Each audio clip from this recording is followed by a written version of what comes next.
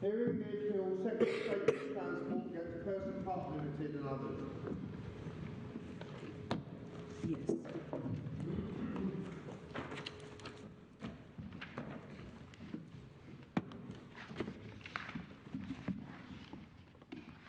Mr. Corwin.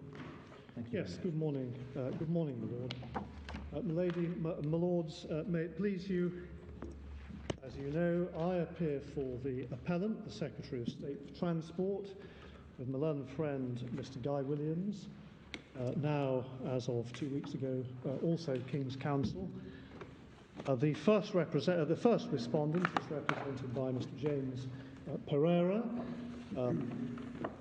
On my left, who appears with Miss Caroline Daly. The second and third respondents, represented by Mr. David Elvin, on my immediate left, with Mr. Richard Booles. And the fourth respondent is represented by Mr. Richard Glover of King's Counsel, who is on the far left. Thank you. Lord, for the purpose of my submissions, I produced yesterday a very short outline of just numbered headings, which I thought it might be helpful, because I use it. I thought it might be helpful for you to have. I have spare copies, but I sent it over yesterday. We all have it. Thank you very much. Indeed. So I will aim to follow that outline.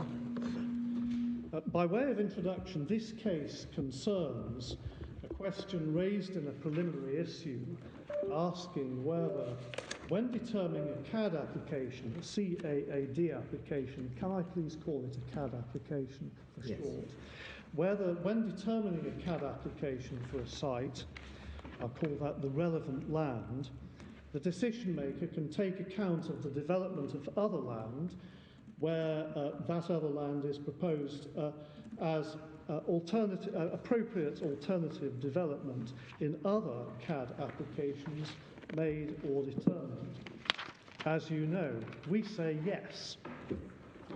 The upper tribunal said, in effect, yes, subject to boundaries. It said CAD applications on other land aren't notional planning applications or grants of planning permission, and they're not material planning considerations. Subject to those boundaries, they said it's for the decision maker to give CAD applications or decisions on other land such evidential weight as they think fit. The Court of Appeal, it said in answer to the preliminary issue, the question raised, no, the decision maker is not entitled to take account of CAD applications or decisions relating to other land arising from compulsory acquisition of land from the same underlying scheme. We say CAD applications are relevant and can be taken into account insofar as they shed light on the prospect of planning permission being granted on relevant land by evidencing the existence of other sites or proposals whose cumulative effects would require consideration together with those on the relevant land, or evidencing how in what we tend to call the no-scheme world, maybe we should call it the cancelled scheme world, but it tends to get called the no-scheme world, how in the no-scheme world the decision maker might have been expected to deal with a planning application on the relevant land. And our reasons are summarised at the end of our case, so unless you wish me to, I won't, having regard to the time in particular, read those out. No, please don't feel you need to read anything out. Thank you very much. So that's all I wish to say under heading 1. And can I turn then to what I've called the nature of the CAD exercise? Yes. Making a CAD application for the relevant land is part of the process whereby compensation for its compulsory purchase is assessed. Section 5 of the 1961 Act, which you have in your bundle of authorities at A1, Now, it would be helpful for page us. 618. Yes, thank you.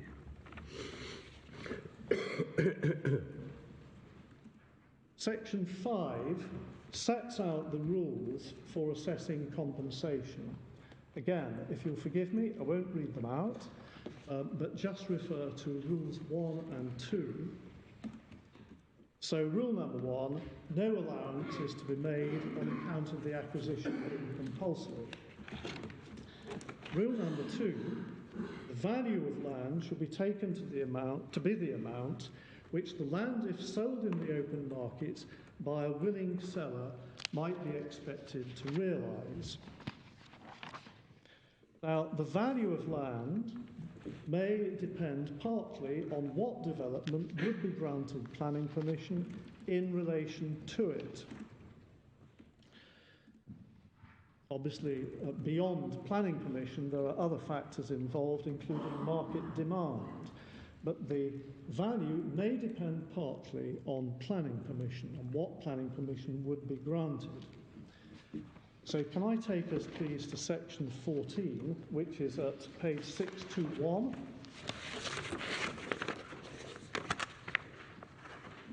And again, I'm not going to read it all out, unless you wish me to, but the heading above section 14 is taking account of actual or prospective planning permission. Subsection 1 links back to section 5 and rule 2, to which I've just referred. Yeah. Subsection 2 provides that in consequence of rule 2, account can be taken of A, actual planning permission, or B, the prospect on the assumptions set out in subsection 5, to which I'll return. We call it the cancellation assumption, but otherwise in the circumstances known to the market at the valuation date, a planning permission being granted other than development which already has planning permission, we're not concerned with that, or appropriate alternative development, AAD. So section 14.2 and section 14.3 are mutually exclusive, basically? Yes. Yes, my lady. And 2 and, or 2B and 4 are mutually exclusive as well? Yes. Yes. So, what is the difference between 2B and 4? Yeah. 2B, 2 is really dealing with hope value, what we call hope value. 4 is dealing with AAD, which is defined in 4.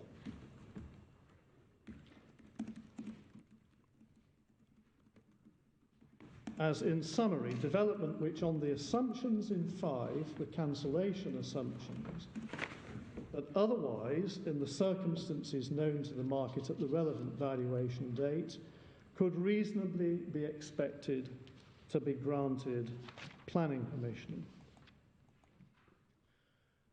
So the exercise in section 14 is to ask about the prospect of planning permission being granted in the no-scheme world mandated by section 14, subsection 5, which provides for the cancellation assumptions. So it's the planning permission which could, at the valuation date, reasonably have been expected. Well, the prospect and the reasonable expectation are two different things, aren't they? Yes, yes. Prospect, section 2, reasonable expectation, subsection 4, quite.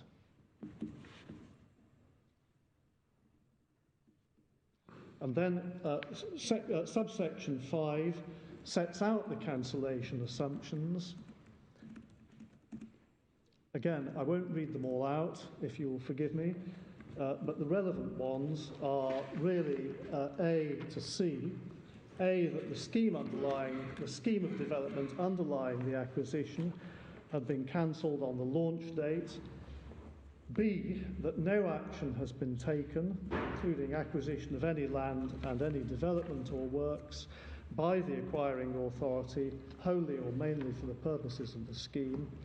And C, that there's no prospect of the same scheme or any other project to meet the same or substantially the same need being carried out in the exercise of a statutory function or by the exercise of compulsory purchase powers. D doesn't apply here because we're not dealing with a highway scheme. Can I take you on then briefly to section 5A, which you should have at 619 of the bundle. Yes, thank you. I'll have to come back to this, but it's the relevant valuation date. It's defined by section 5A as the earlier of, this is subsection 3, the date of the, when the acquiring authority enters on and takes possession of the land, and B, the date when the assessment is made. That is if the land is subject to a notice to treat. If the land is, as here, subject to a general vesting declaration, subsection 4 governs, and the relevant valuation date is the earlier of A, the vesting date, and B, the date when the assessment is made. Then, if I may, section 17.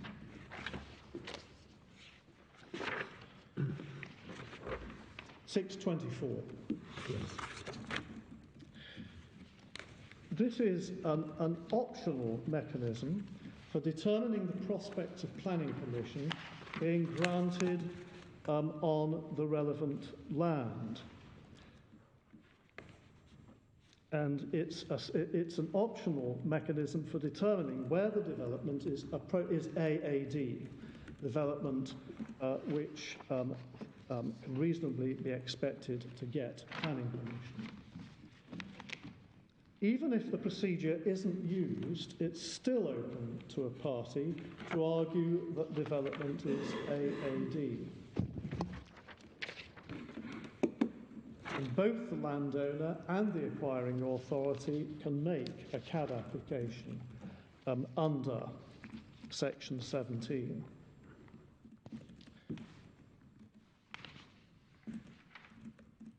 What is the effect of a CAD granted under section 17? See section 17, subsection 6. It's on page 625.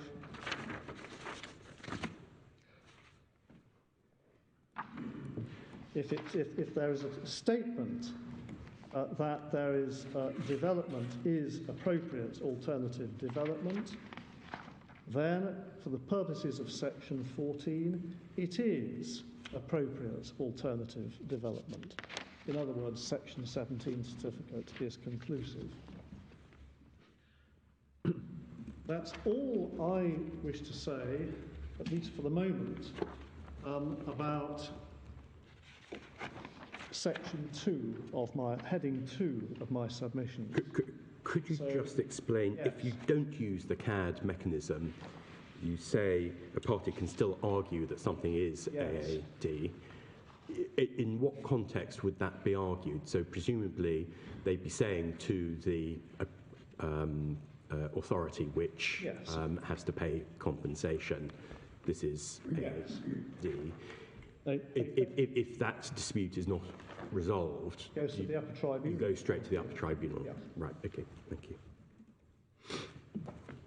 So if I may turn then to my heading 3, the relevance of other sites and proposals on other sites to determination of planning applications.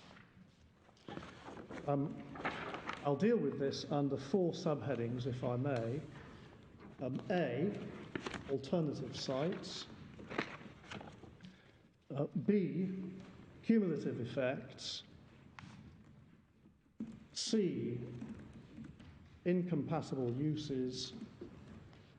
And D, decisions on other sites.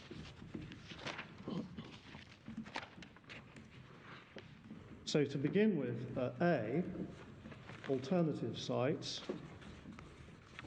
Alternative sites can be relevant where there are clear planning objections to development on a particular site.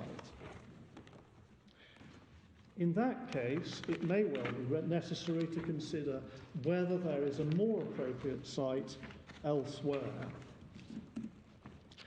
The classical authority for that is the Trust House Forte case, which is your B23, authority B23, and it begins at page 1186 of the bundle.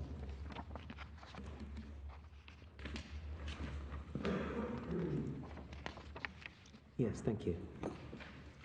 And the classic statement of principle is by Mr. Justice Simon Brown, as he was then, at page, at your page 1192.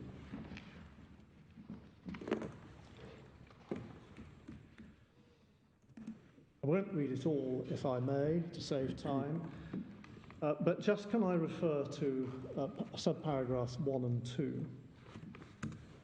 1, again, I won't even read all of this, but land can be developed in any way which is acceptable for planning purposes. The fact that other land exists, whether or not in the applicant's ownership, on which the development would be yet more acceptable, wouldn't justify the refusal of planning permission. But 2, where there are clear planning objections to development on a particular site, then it may well be relevant and indeed necessary to consider whether there is a more appropriate alternative site elsewhere, particularly so when the development is bound to have significant adverse effects, etc. So in such a case, Lords, the decision maker on a planning application will have to look at the various possible sites. And if it has a planning application before it for various sites, it can grant, say, one, planning permission for one and refuse the rest. And the Chelmsford case, which is your B17, or bundle 1038, was such a case. Unless you wish me to, I won't take you to it. Which is the case again? It's the Queen Chelmsford Car and Commercial Limited versus Chelmsford Borough Council, my lady. It's authority B17, core bundle 1038. If I can perhaps summarise, because it's just an example. There were 2 competing planning applications there for housing before the local planning authority. But in determining the planning application for one site, let's call it A, the local authority failed to take account of the comparative merits of the other one, B. So the grant of planning permission for the first site, A, was quashed as a result.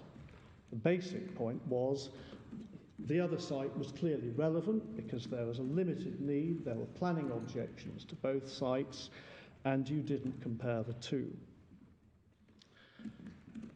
Another possible example was referred to in the present case in the Court of Appeal at paragraph 61, which I think is your page 339.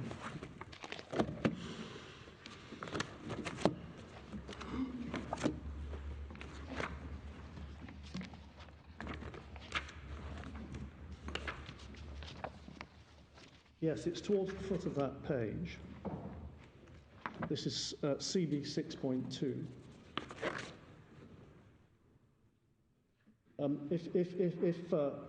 If your Lordship sees paragraph 61, this is a case put by Lord Justice Lewison in the court below. He says, halfway down the paragraph, one of Mr. King's examples was that of a motorway service area, an MSA, where there were 4 potential sites but a requirement for only 1. And then he goes on to say, it's difficult to see how it would be possible to certify that each landowner could have obtained planning permission to build a quarter of an MSA. I agree, incidentally. But that's another example, a requirement for one motorway service area, 4 potential sites. And just pausing there, if I may, while I'm on that paragraph, it has been said for the respondents that the issue of alternatives was not advanced in the courts below, but it seems to me that it was, and I've just referred to paragraph 61, which is an alternative sites example. And Lord Justice Lewison's paragraphs 58 to 62 are, in essence, about what to do when you have possible alternative sites. Moving on, instead of there being planning applications for the competing sites, there might be a planning application for only one, but other sites might be put forward as being potentially relevant to supply whatever need it is that there is. Put forward by whom, for example? Put forward, either by the proponent of the site for which planning permission is being granted, or more commonly by objectors. So that an example was the London Historic Parks and Gardens Trust case, which is your authority B12, beginning at CB 909, beginning at 909.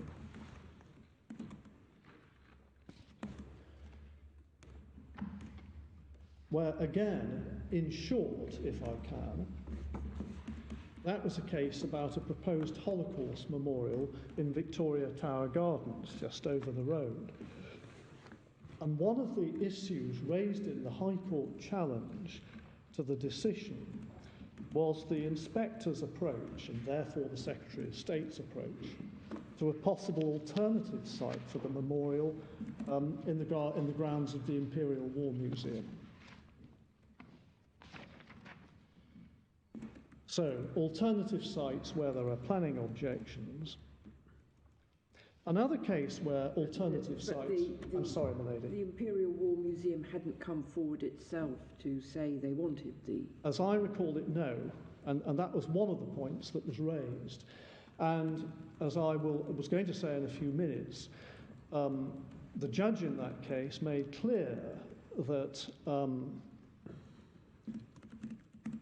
when alternative sites are being put forward by objectors for consideration, one relevant consideration is their availability and viability for supplying the need which is in question.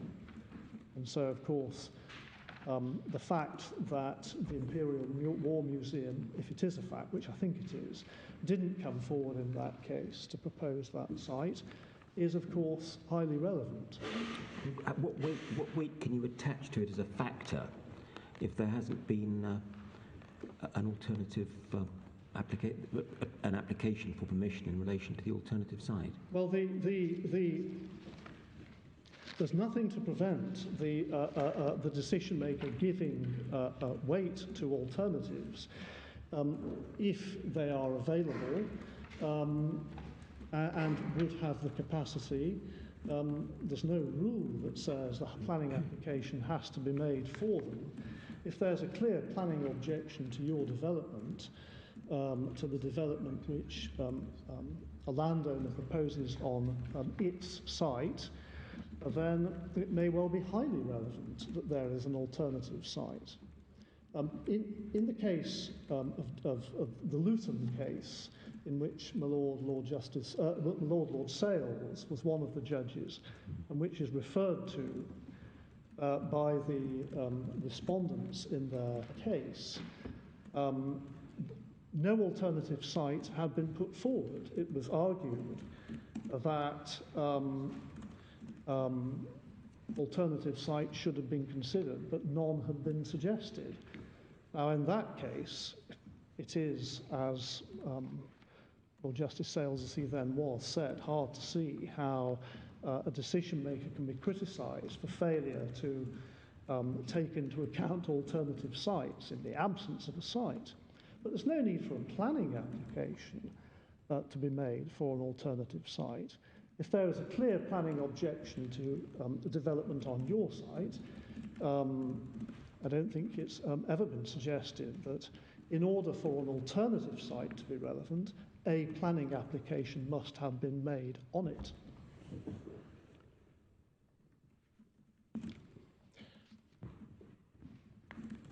My Lord, I was going to come on to another case where alternative or other sites are relevant, is where, as in the present case, planning policy permits development only on proof of need. That's the situation here. Because policy TP 33 in the local plan, in relation to proposals for student accommodation, requires there to be demonstrated need for development. That's on your page 383. 383.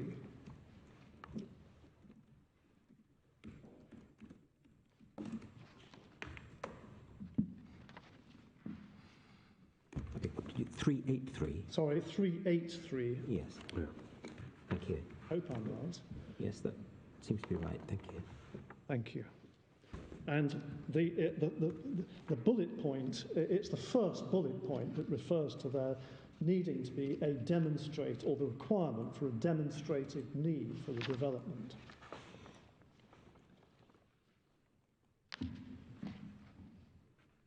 So the local authority, the local planning authority, may have before it several sites, evidence of several sites available to take up all or part of that need.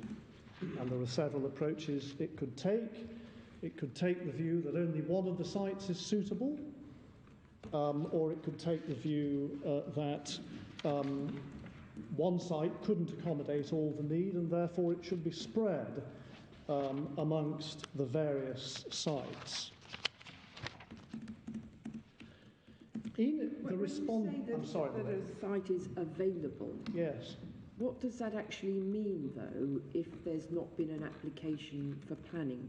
Well, it can be that the site is available to be developed, even if the developer, even if the owner of that site hasn't made an application for it to be developed. So it's empty? Well, yes, empty and available in a general sense, and having the capacity to accommodate the development. Suitable, you mean, do you? Or? Yes, suitable. Suitable. And wouldn't it be relevant whether there's any likelihood that the site would be brought forward? Yes, it would. For development, because yes, it would. you may have a developer or a landowner sitting on a site which might be marvellous, which they're never going to release. but they're never going to release it, I agree. and in which case the demand remains I agree. There and has to be met elsewhere. I agree. All right. The respondents refer, and I'm looking now at the second and third respondent's case at 70, which is your 294.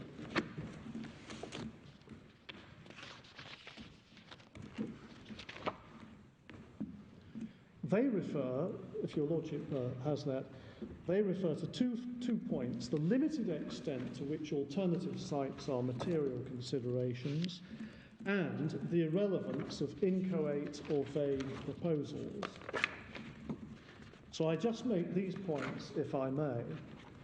As far as the limited extent to which alternative sites are material considerations is concerned, no one is suggesting that alternative sites are always material, but the fact that alternative sites may be material is relevant to the point which the Secretary of State puts here. They may be relevant to the determination of a planning application depending on the circumstances. And as we say in our case, In those circumstances, CAD applications on other sites may be relevant as evidence of those other sites, their suitability, their capacity, their availability, etc.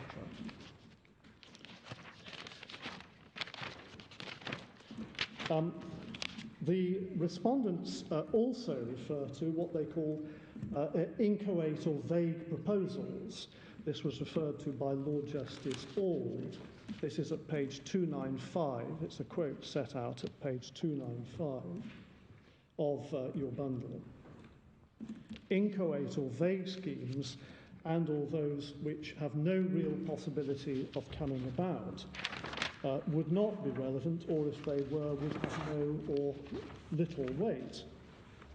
This goes back to the question asked by Lord Sales. I agree. If an alternative site has no prospect of coming forward for a particular development, then its existence can be of little weight. But do you also accept that the fact that the landowner makes a CAD application is not evidence of whether or not in the real world they would have brought forward an actual planning application? No, I don't accept that. I say that the fact that a landowner makes a CAD application makes a CAD application for development which would be AAD in the no scheme world may be evidence of a site's availability in the no scheme world, and may also be evidence that the site would have been brought forward, or would likely have been brought forward in the no scheme world. Whether it is evidence in any particular case is a matter for the decision maker. So I'll turn on from alternative sites or other sites, if I may, to cumulative effects. It's common ground that where several proposals are before the planning authority, their cumulative effects may be a material consideration.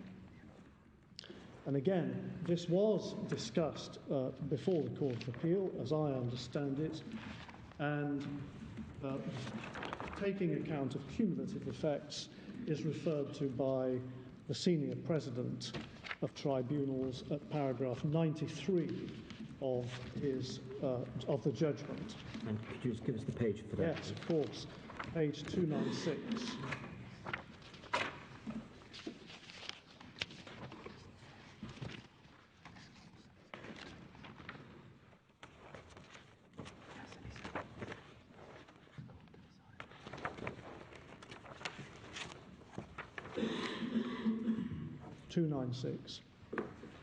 It's about halfway down the paragraph in sorry, did I say 296?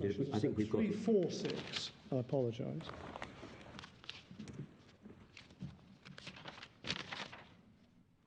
.346. It's about two-thirds of the way down the paragraph, where he refers to an assessment of cumulative effects. Yes, thank you. Thank you.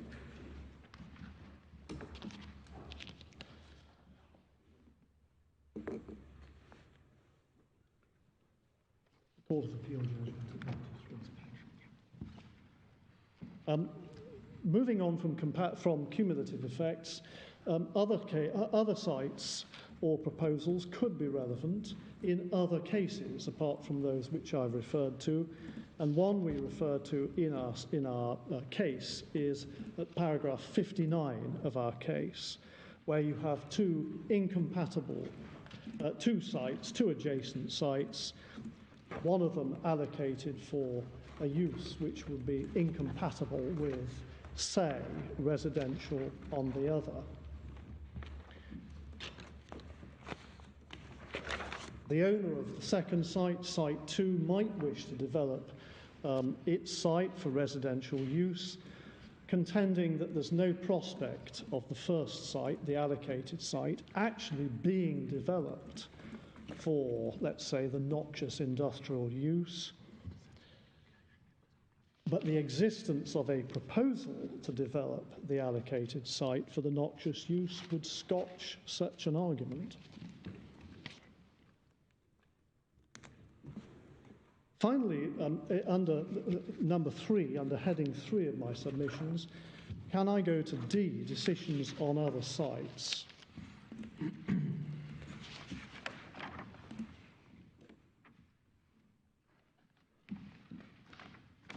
Decisions on other sites may be evidence of how the planning authority or Secretary of State could be expected to deal with a planning application on the relevant land.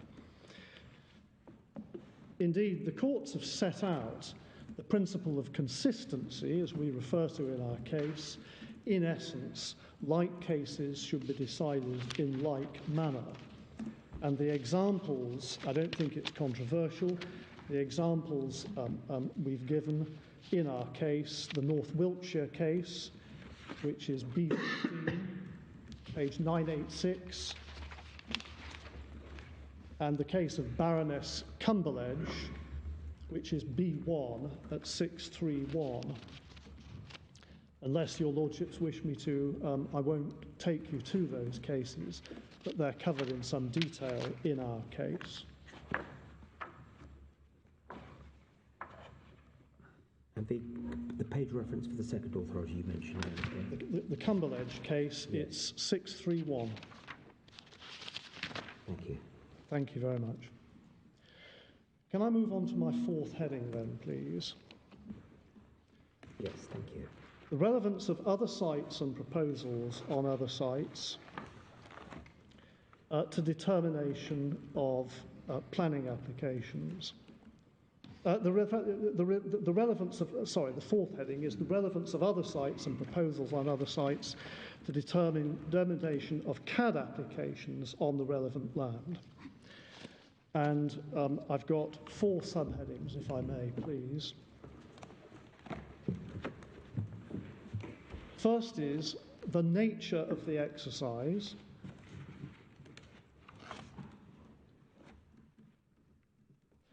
A, nature of the exercise.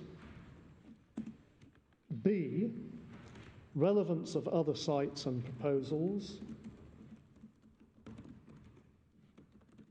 C, the respondents' contentions. And D, summing up. So A, the nature of the exercise. The question in relation to a CAD is whether planning permission on the relevant land could reasonably have been expected to be granted on the valuation date.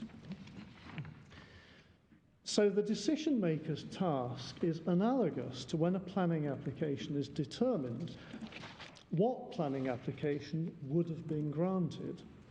The difference, of course, is that the decision maker has to answer that question, not now, but as at the valuation date, and on the assumptions in section 14.5, the cancellation assumptions which encapsulate the no-scheme world. Yeah. So coming on to B, relevance of other sites and proposals. Given that the task... Do you say that within the question of whether it can reasonably have been expected to be granted, does that include whether it could reasonably have been expected to be made? Or do you assume that it's made, and so you then just address whether it's reasonably expected to be granted? Well, we're assuming that there's a CAD application on the relevant land. So we're assuming that someone's applied for a certificate of appropriate alternative development in relation to their land that is being compulsorily purchased. So we are here assuming, in essence, that there's, as the upper tribunal put it, a notional planning application on the relevant land. And what I'm concerned with here, what I'm dealing with here, is the relevance of other sites and proposals to that exercise. So yes, you are assuming, in essence, that there's been a planning application. That's not what I asked. In that case, I'm sorry. There are two different things. The first is that you assume that a planning application has been made, and then you consider whether it's reasonably expected to be granted, a planning application, in the hypothesis. And there's the other is, well, do you reasonably expect a planning application to be made, and then do you reasonably expect it will be granted? Well, when someone makes a CAD application, they are making an application for certification of particular development as AAD, appropriate alternative development, and that the exercise that the decision maker then has to perform is, in essence, dealing with a notional application made at the valuation date, but on the cancellation assumptions. So is this right, that it's not incumbent on the property owner to show in the counterfactual no-scheme world that they would in fact have come forward with a particular proposal? That is assumed. One simply looking, if you like, at the planning merits of such a proposal, yes, on the assumption that it would have been made. Yes, just like the respondents made in this case, they all made CAD applications for various types of development, and you've got to, the decision maker has to deal with them. It's just a valuation method. It doesn't mean you actually have to want to do it in real life. Just if you get your house value, it doesn't mean you want to sell it. It's just a way of assessing what the land is worth, isn't it? Well, it is a way of assessing what the land is. It is a part of the assessment of the way of what land is worth. But we say that the decision maker we say the decision maker dealing with a CAD application on site 1 may decide, not must, but may decide that CAD applications which have been made on other sites are evidence of availability of sites, suitability for particular types of development, and may also be evidence that proposals for their development would have been made in the no-scheme world. Well, how? Well, that's all a matter for the... I'm sorry, my lord. How would it be relevant? Well, it would be relevant. I mean, if making a CAD application does not entail or imply that you would have wanted to develop the land, how can it be evidence that you would have wanted to? Well, it does not necessarily imply that you would have wanted to develop the land, but it may. Well, how does it imply it at all, then? Well, because you may have a situation where, had there been no scheme of compulsory purchase, someone, a landowner, would have made a planning application, say for residential development. It was right for residential development, and I could see that, and if so, that would be relevant. But if making a CAD application does not in any way depend on that being so, I don't see how the fact of making it can support an inference that such an application would have been made. Well, because the fact that someone made a CAD application in circumstances where their land was being compulsorily purchased may show that they may show, not necessarily, but may show that they would have wanted to develop it How? residential. It's all very well to say it may do this, it may do that, but unless you can illustrate its relevance, why that's no more than a say-so. The decision maker would have to consider the evidence. But give us an example. Well, in this case, for example, CAD applications have been made by the developers for development on all of the sites. The decision maker may decide that the landowners of those sites would have been likely to have made CAD applications, to have been made planning applications in the no-scheme world for such development. Had the land not been compulsorily purchased, it would be a matter of evidence. But in any event, quite apart from that, CAD applications show, or can show, availability, capacity and suitability of sites, so that CAD applications could show,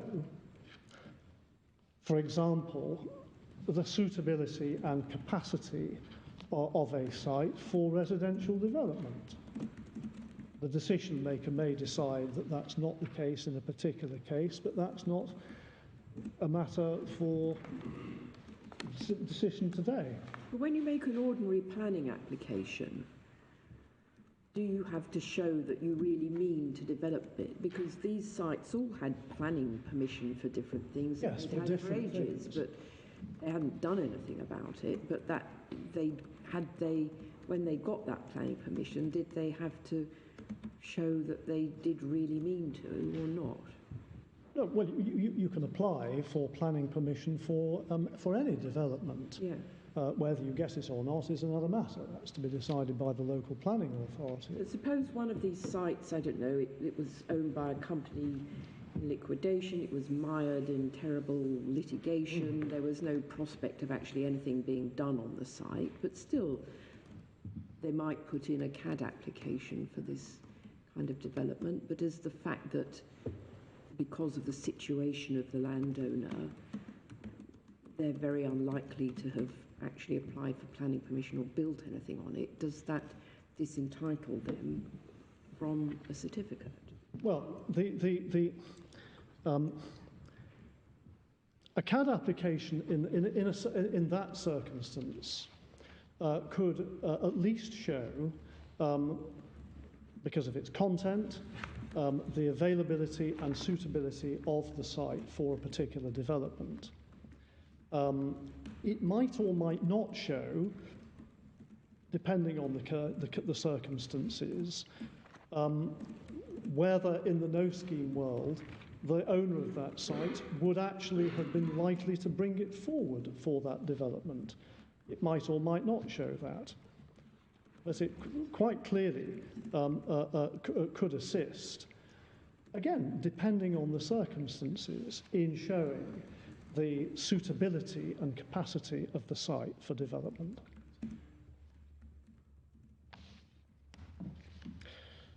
So I think I was about to move on to heading B under number 4, relevance of other sites and proposals.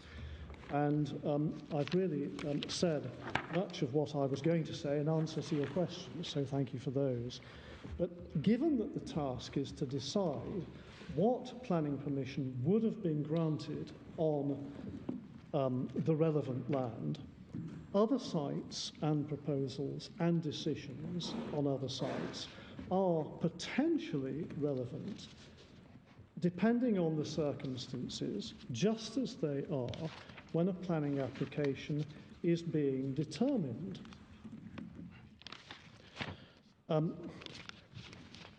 I think this is common ground with the respondents. For example, the second and third respondents say at 49 to 50, it's your page 289, that their submissions don't preclude appropriate considerations of alternatives.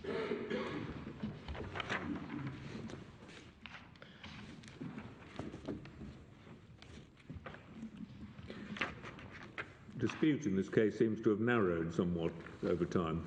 I'm so sorry, Lord. The dispute seems to have narrowed somewhat over time. Well, I don't know. Maybe. It would be nice to think so.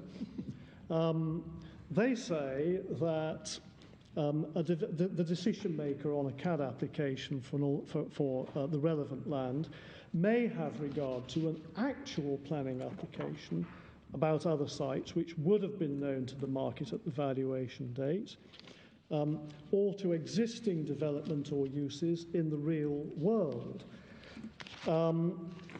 Those are, yes, possible examples, but the decision maker must also be able to take into account other potential sites and proposals on other sites which it considers would have been there in the no-scheme world. So take a situation where there are 4 potential sites for an MSA. When the decision maker was dealing with a CAD on site 1, it would surely be potentially relevant to take account of the prospects of the need being met on one of the other sites instead of the relevant land. Or take the facts of this case, where there are 4 potential sites for, amongst other things, student accommodation. Any proposals would have to be assumed in the light of, would have to be assessed in the light of policy TP33. That's the one that requires proof of need. And so the decision maker would have to consider the suitability or capacity of each of the potential sites. Also, the cumulative impacts of various proposals that would likely have been made would have to be considered.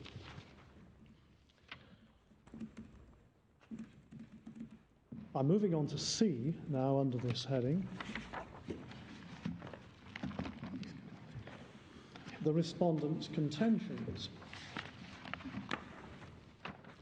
The respondents appear to argue that the scheme cancellation assumption doesn't allow the decision maker to consider what would have occurred in the no-scheme world. And the contention seems to be that if sites weren't available or proposals didn't exist in the real world, they must be ignored because they were not circumstances known to the market at the valuation date. But the words of section 14(4)(b)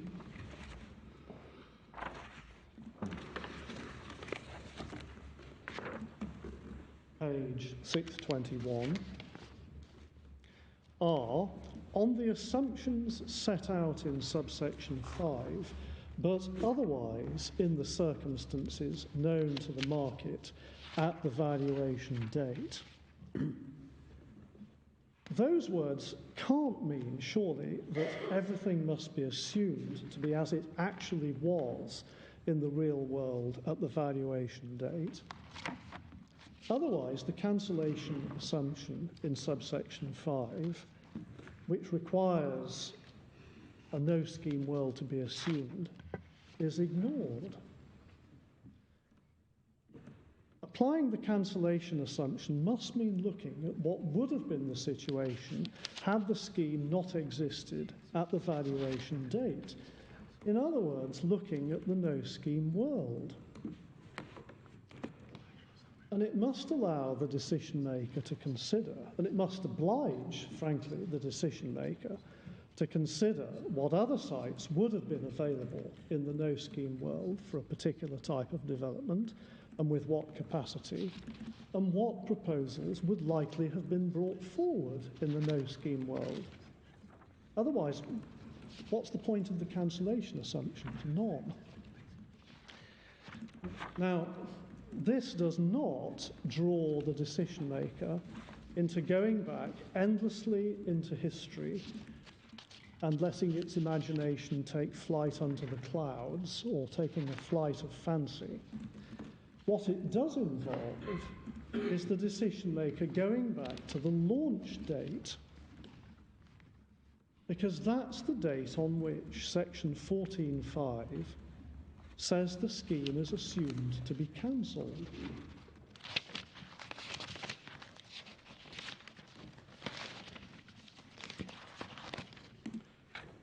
So the launch date, in summary, as you'll recall, is the date on which the potential use of a CPO, compulsory purchase powers, becomes public. In the present case, it was November 2013. That date is to be contrasted with the valuation date, which is defined by section 5A. In the present case, as it happens, the valuation dates were between March and September 2018.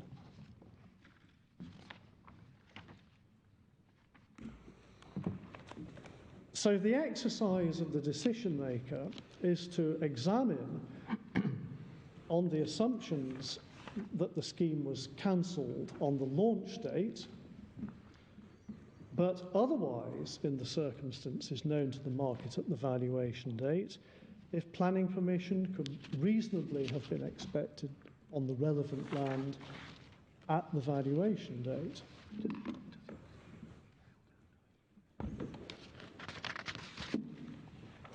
So the cancellation assumption does require a departure from reality, from what actually happened, because it requires the decision maker to assume that the scheme was cancelled on the launch date.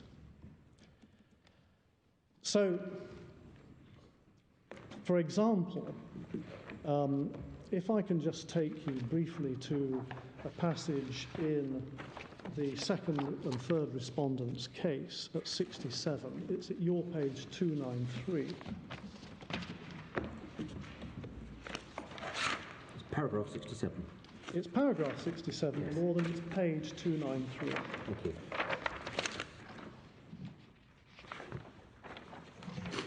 Foot of the page. So they say there, in essence, that between the launch date and the valuation date in the present case, any planning application they might have made would have been determined in the shadow of the scheme. In other words, they wouldn't have got planning permission because of the scheme upcoming. But if the scheme had been cancelled on the launch date, as we have to assume, there might well have been a point in making a planning application. So the decision maker on a CAD application for the relevant land is surely entitled, when considering a notional planning application on the relevant land, he has to consider, as you do sometimes with ordinary planning applications, whether that need might be met on other sites, or where the proposals might be brought forward on other sites whose cumulative effect might need considering. And you put it that generally, you don't rely for that purpose on the fact that there may be a CAD application in respect of that other site. You simply... I'm not dealing with that for the time being, my Lord. That's my fifth heading. Yeah. We'll come to that.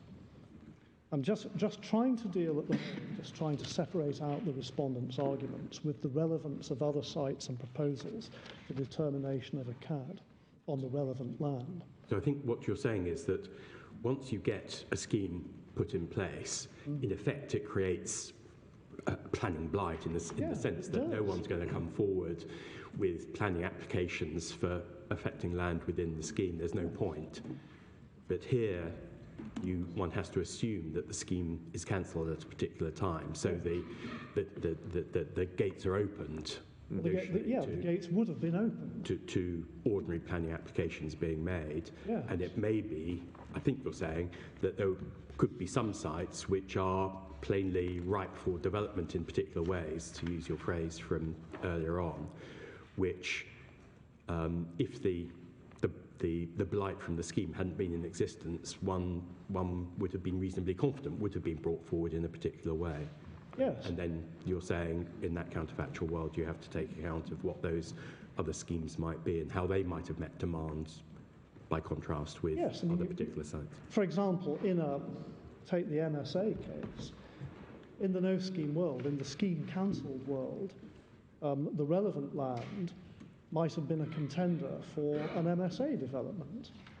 But then the decision maker would likely have to consider any other contenders for an MSA development in the way that you would with a planning application. Right. But I think it's inherent in that the point my Lord Kitchen was putting to you is right. At this level of your argument, nothing is depending upon whether a CAD application is or is not made. You're looking at the underlying circumstances, whether there were sites on foot which, had there not been a planning blight, were sufficiently ripe for development that one would have expected them to have been brought forward for. Yes. And what I say is the next stage, which is my heading 5, is CAD applications and decisions on other land can be evidence of the availability and capacity of other sites, and their suitability. Just before you go to that, as I understand it, the difference between you in your submission thus far is to what extent it's relevant for the decision maker to take into account potential uses of other land where there may be, as it's put by where it's put by the respondents, nothing more than an inchoate or vague scheme. In other words, where no application has been made, there's no an indication an application is going to be made, and the difference between you, as I understand it, is that the respondents would say the decision maker should not place any material weight on such inchoate proposals or suggestions. My Lord, I'm not sure if that's the difference. My understanding from the respondents' contentions has been that they are in essence saying that the decision maker on a CAD application can't, in effect, ask what would have happened but for the scheme, if the scheme had been cancelled, as between the launch date and the valuation date. Well, fine, in that case, that's good, there's nothing between us. Because I say the decision maker must be able to do so and must be able to deal with the period between what would have happened in the period between the launch date and the valuation date. Because that's the no-scheme world. That's the exercise which he is mandated, which the decision maker is mandated to do. But in an ordinary planning application, suppose you've got an application for a motorway service station. Yes. There are two contiguous pieces of ground. Yes. One has got a hospital on it, so obviously that's not an alternative site, and another one is empty. Yes. So I think you're saying that a decision maker, when looking at the motorway service station application for the relevant site, looks around and sees what other sites there are that might be better. Obviously not the one with the hospital on, but what about the empty one? Yes. Now, when you say the decision maker in that ordinary planning application situation looks at that alternative site, how do they gauge, assuming that there's been no application in relation to that site, how do they gauge the likelihood, it looks suitable, there it is empty close to the motorway, Sure. but how do they gauge Whether it is suitable? whether it's available in the sense Whether it's a realistic option. whether it's realistically an alternative when the landowner has made no effort to make a planning application. So that seems to be one stage. And then the second stage, which I think where you differ with the respondents, is when you throw into the mix that that landowner then makes a CAD application, because actually there's not going to be a motorway service station, there's going to be something else, what, if any, does that add into the mix? But just looking at the first situation, when you've got an actual application for just about suitable land, contiguous land completely not suitable, not available, other land empty, might make a better motorway service station, but the landowner seems to have no interest in developing it. What does the decision maker do as a matter of practice in that situation? Well, if there is, in essence, no alternative site, then the decision maker, there is no alternative site for the decision maker. The decision maker is more likely then to permit the planning application on the relevant I'm land. struggling with what makes a site an alternative site, Well, if it's or an available site, Sure. or a suitable. Is there within that availability or suitability an element that it is likely to be developed? well, the decision there is to begin with an element of. Let's stay with motorway service areas because that's what we're dealing with just for the minute. To begin with, is the other site, in principle, suitable? Is it near a road? Is it big enough? Things like that. Next, would it have been available in the no-scheme world? In a planning application context, is the site potentially available? But in the no-scheme world, which is where we are with section 14, the decision has to be...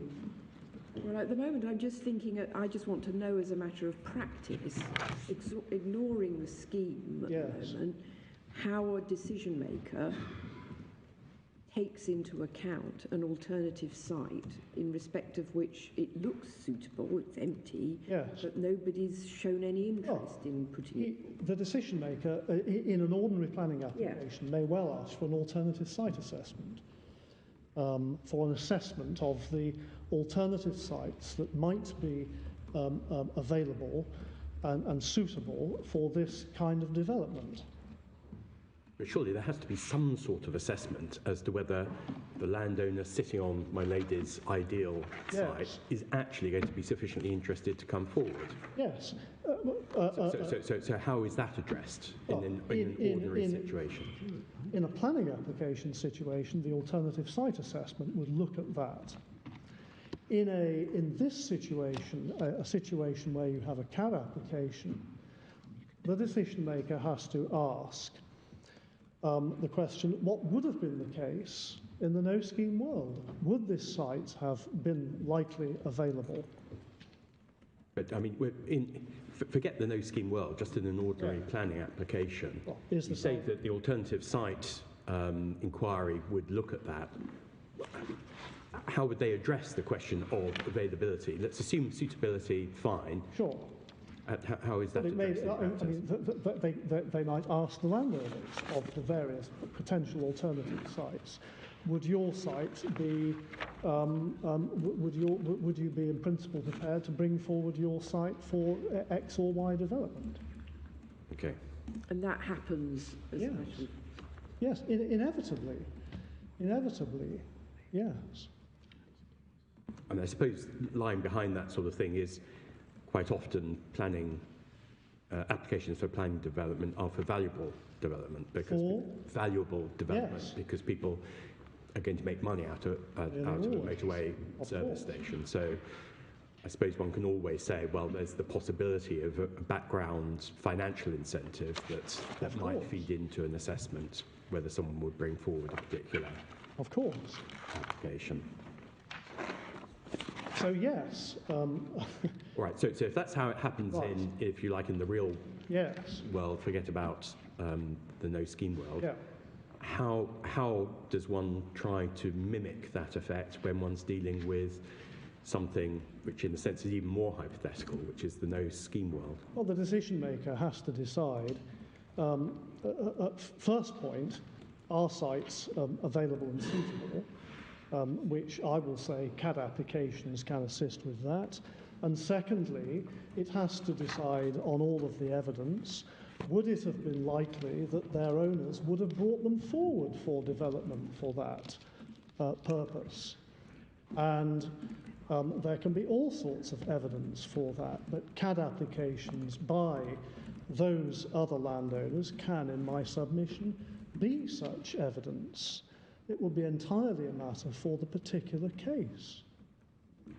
But they have to do the task. That is the task which the decision maker has to undertake.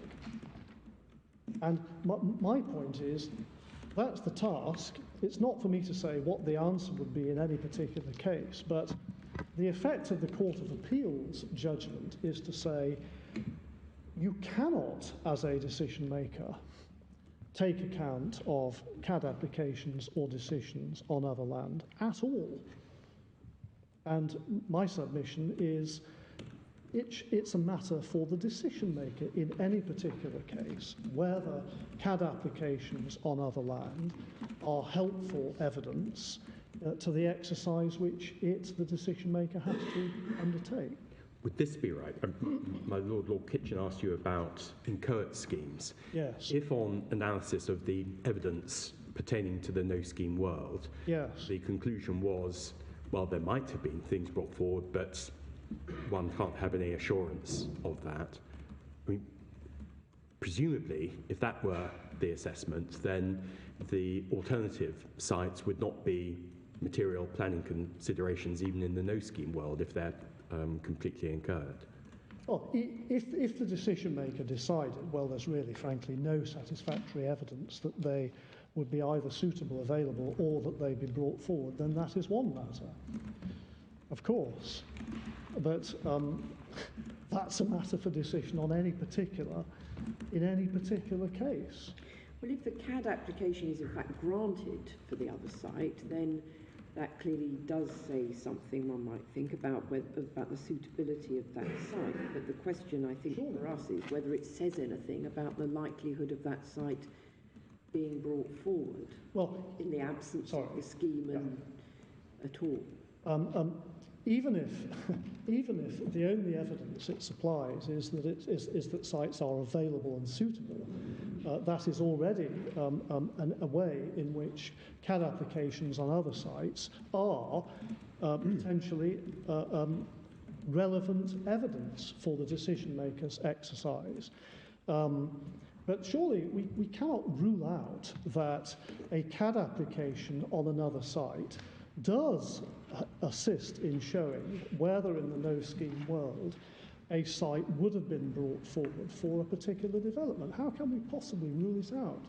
Well, the circumstances known to the market don't include other CAD applications for this purpose. Well, I'm not sure that I would agree with that, my lord, with respect, because if I look at back to section 14, subsection 4.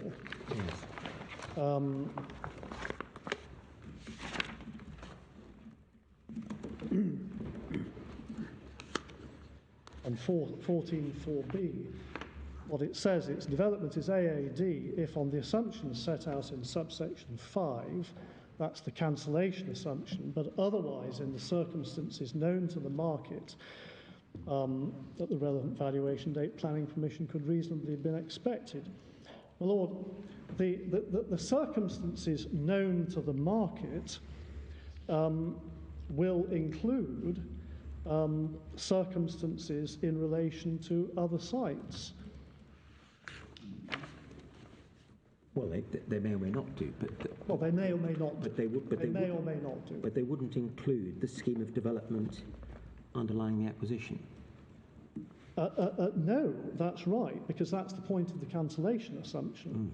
That's why I draw attention and emphasise the importance given to the first words in 4b. So development is AAD if on the assumptions set out in subsection 5, that's the cancellation assumptions, but otherwise in the circumstances known to the market at the valuation date, planning permission could reasonably have been expected. So, of course, you have to apply both. You have to start by assuming that the scheme has been cancelled on the launch date, and then ask, well, subject to that, is this development which, in the circumstances known to the market at the valuation date, for which planning permission would have been granted, in short. But that exercise, my point is, that exercise of where the planning permission would have been granted, to that exercise, other sites can be relevant, and that I think is common ground.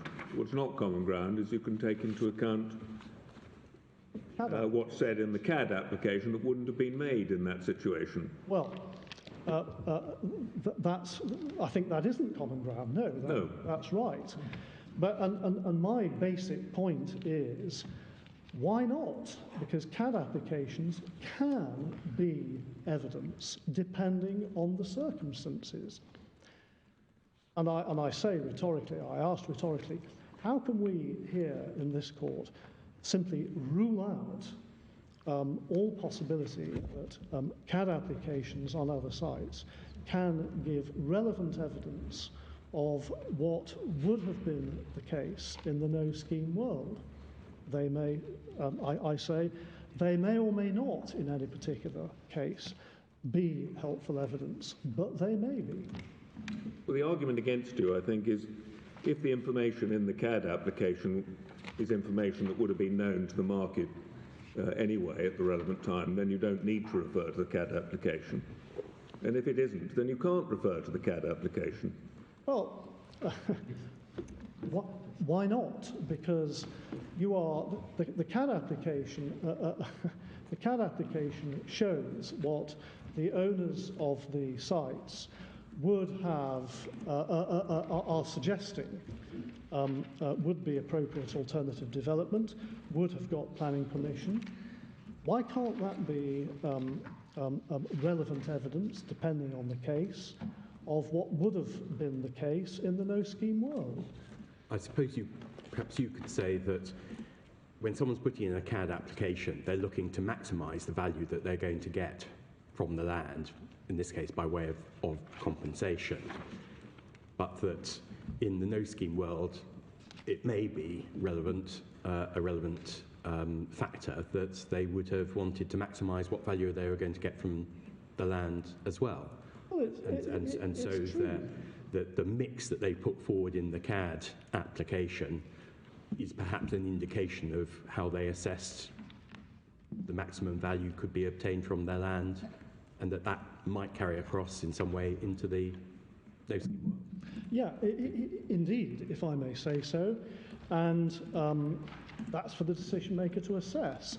You may alternatively have a case where the decision maker thinks, well, although I've got a CAD application here, although residential development would have been proposed, I think in the no-scheme world, maybe less than is mentioned in the CAD application. But as your lordship says, in both situations, the landowner has an incentive to maximise its value.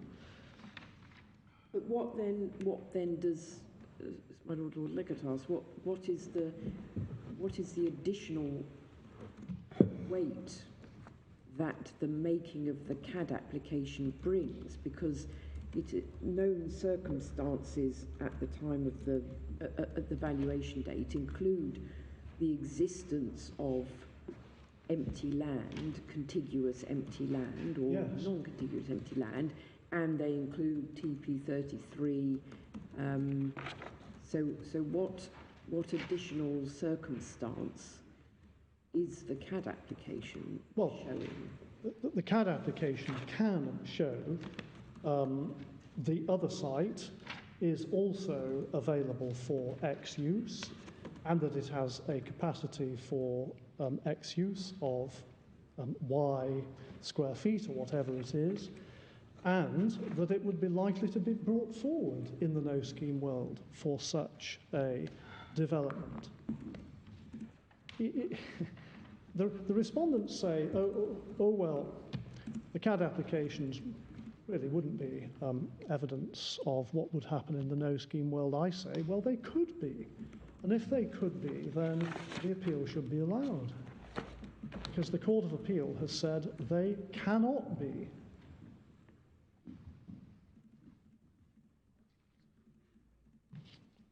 Now, my Lord, I'm conscious of the time. Yes, we've asked you a lot of questions, and I know you've got a good bit of ground to cover, so... Indeed, I'm very grateful for the questions. Can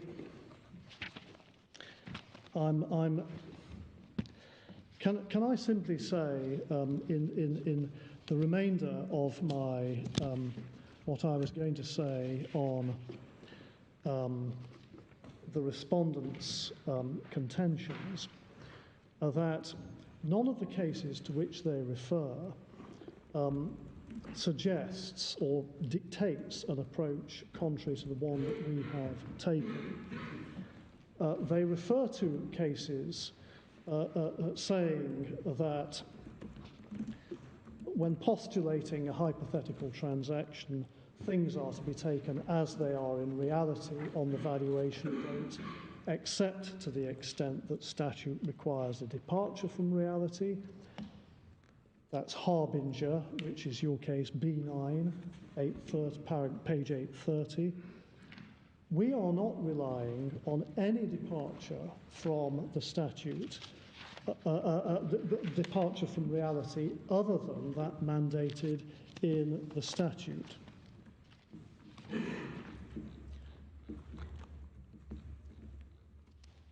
Are there any particular passages in Harbinger that you would like to refer us to? Harbinger, the relevant passage, my lord, I think is referred to in the case of the second and third respondents. If your lordship will just give me a moment, it's the passage is at 836 to 837. 836 to 837.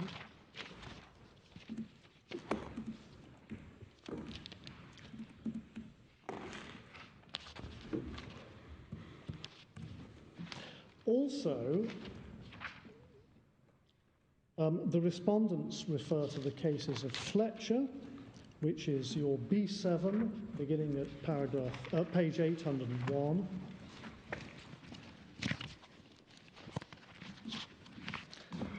And Waters, which is B25, beginning at page 1222. And Spyros, which is B21, beginning at page 1133, in effect for a proposition that the courts have said one cannot go on flights of fancy. One sees that repeatedly said in the respondents' cases. And my response is, in short, this. There's no flight of fancy here. All that I'm suggesting is that because of the statute, the decision maker has to answer the question of AAD at the valuation date on the assumption the scheme was cancelled on the launch date, and that's likely to involve the decision maker asking what would have happened between the launch date and the valuation date. And my case doesn't rest on any departure from reality other than what's there in section 14. And again, I would just briefly say, if I may, because I am going to otherwise run short of time, I'll just say this briefly, if I may. All of the three cases that I've just referred to, Fletcher, Waters and Spyros, were decided before Section 14 came into being, or this version of Section 14. So they were decided before the mandatory cancellation assumption, the statutory cancellation assumption.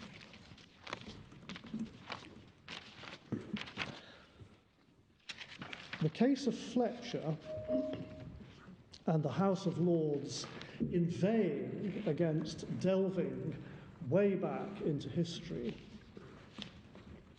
was because there were two conflicting submissions in that case, where the Secretary of State was saying you should assume the scheme was cancelled on, in effect, what we now call the launch date. And the landowner was saying you must assume that the scheme never existed. And the deprecation in the House of Lords decision of going back endlessly into the past was in the context of rejecting a submission that for a CAD application you had to assume the scheme never existed. What the House decided in that case was that, as the Secretary of State proposed, on a CAD application, you should assume the scheme was cancelled on, in effect, the launch date. So all of the criticisms of Lord Hope in that case, for example, that you see quoted in the respondents' cases, I would suggest are in the context of that. Similarly, the respondents refer to and rely on the Waters case, which is your B25 in the case took place in 2004. It's B25 at page 1222.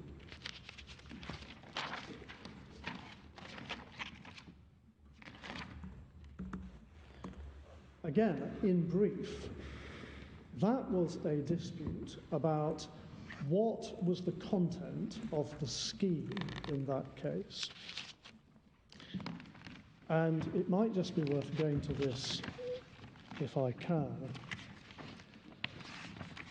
There's a quote from Lord Brown at paragraph 148 at page 1262.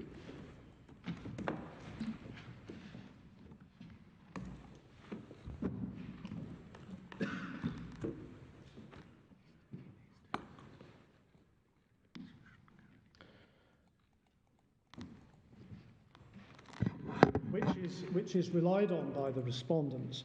If your lordship has that page about halfway down the paragraph, which is at the foot of the page,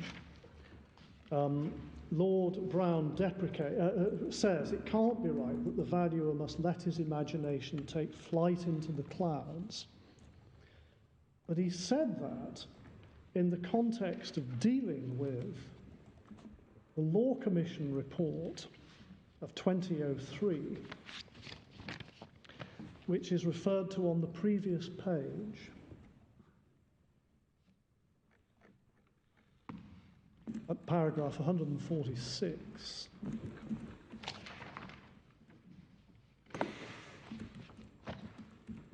And he referred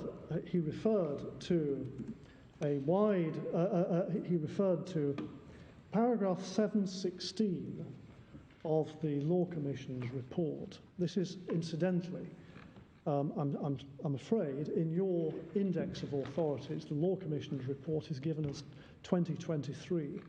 It's actually a misprint. It was 2003. Sorry about that. But in 716 of the Law Commission's report, which is quoted at 146,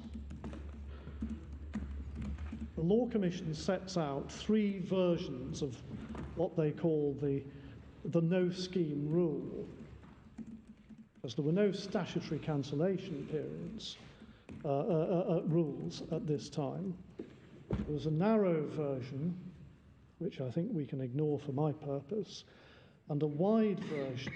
The valuer disregards not only the purpose of the particular acquisition, but also the underlying scheme, which may extend to the planning history over a much wider area and dating back many years. And then the middle version, the valuer disregards altogether the immediate project to which the acquisition is made, not merely the element of compulsion, but not the underlying planning history. We preferred the last, and it was on the basis of that middle version that the Law Commission suggested a cancellation assumption be put into statute, which was. So Lord Brown's remarks at 148 were about the wide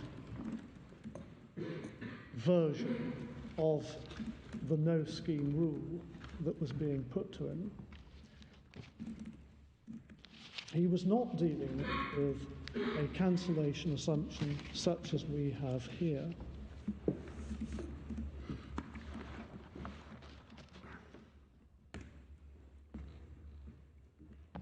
And in Spiro's, which is B21, which is the last of those cases in point of time,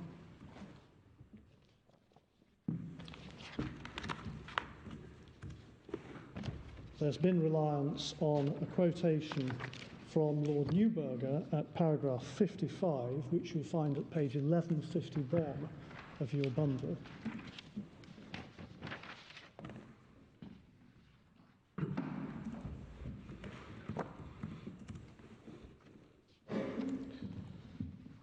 That was a case in which the House of Lords, the context for that case was that the House of Lords overruled the Court of Appeal because the Court of Appeal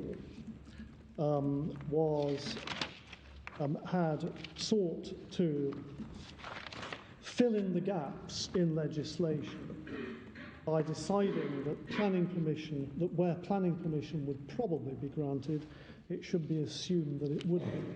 And in short, the House of Lords' decision was saying, well, you can't assume that. You can't fill in the gaps in that way. So, my Lord, none of these authorities negates the proposition that we put forward. And can I just also, finally, before I move on to my next heading, say this, that the Law Commission recommended a cancellation assumption. The Law Commission recommended, and the respondents refer to this, a cancellation assumption, but that the scheme should be assumed cancelled on the valuation date. The scheme should be assumed cancelled on the valuation date.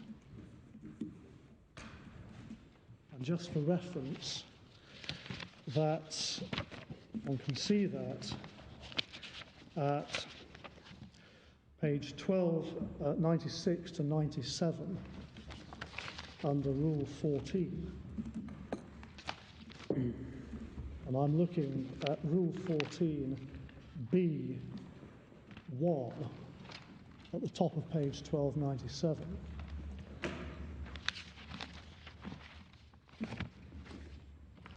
But in fact, that's not what the statute does. The statute provides for a cancellation date as at the launch date, and then a valuation as at the valuation date. So you've got an assessment of AAD as at the valuation date. So you've got that gap in time which the statute provides, but that was not recommended by the Law Commission. What I say is the decision maker has to address itself to what planning permission would have been granted in the no-scheme world, having regard to what would have happened in that time. So that's all I say on number 4, heading number 4.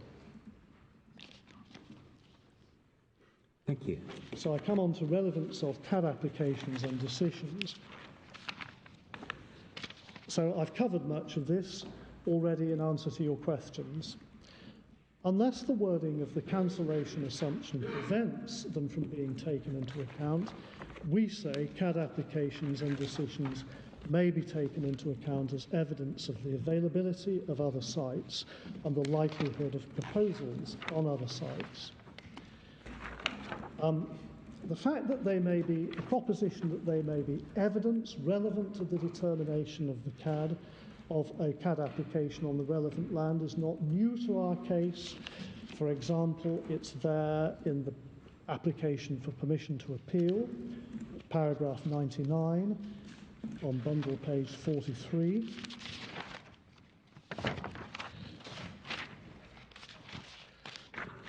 The respondents, I would suggest, ascribe to us contentions we don't make, because they suggest we are assuming that hypothetical CAD applications will be evidence of what would have happened in the no-scheme world. We do not so assume. What we say it would be a matter for the decision maker. They are at least potentially relevant.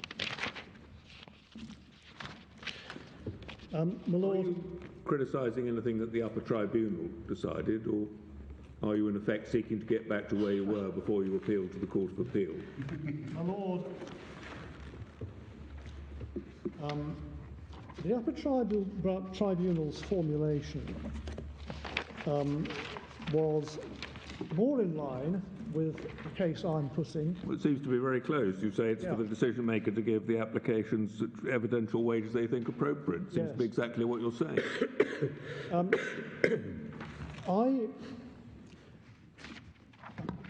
I have difficulty with paragraph 64 of the upper tribunal's decision, your page 364.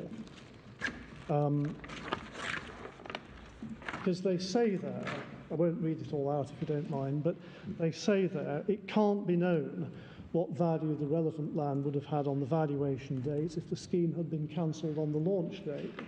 Well, I say it's the decision maker's job to consider these matters, and that no one is conjuring up a land of make-belief, and there's no question of imagination being taken to the clouds.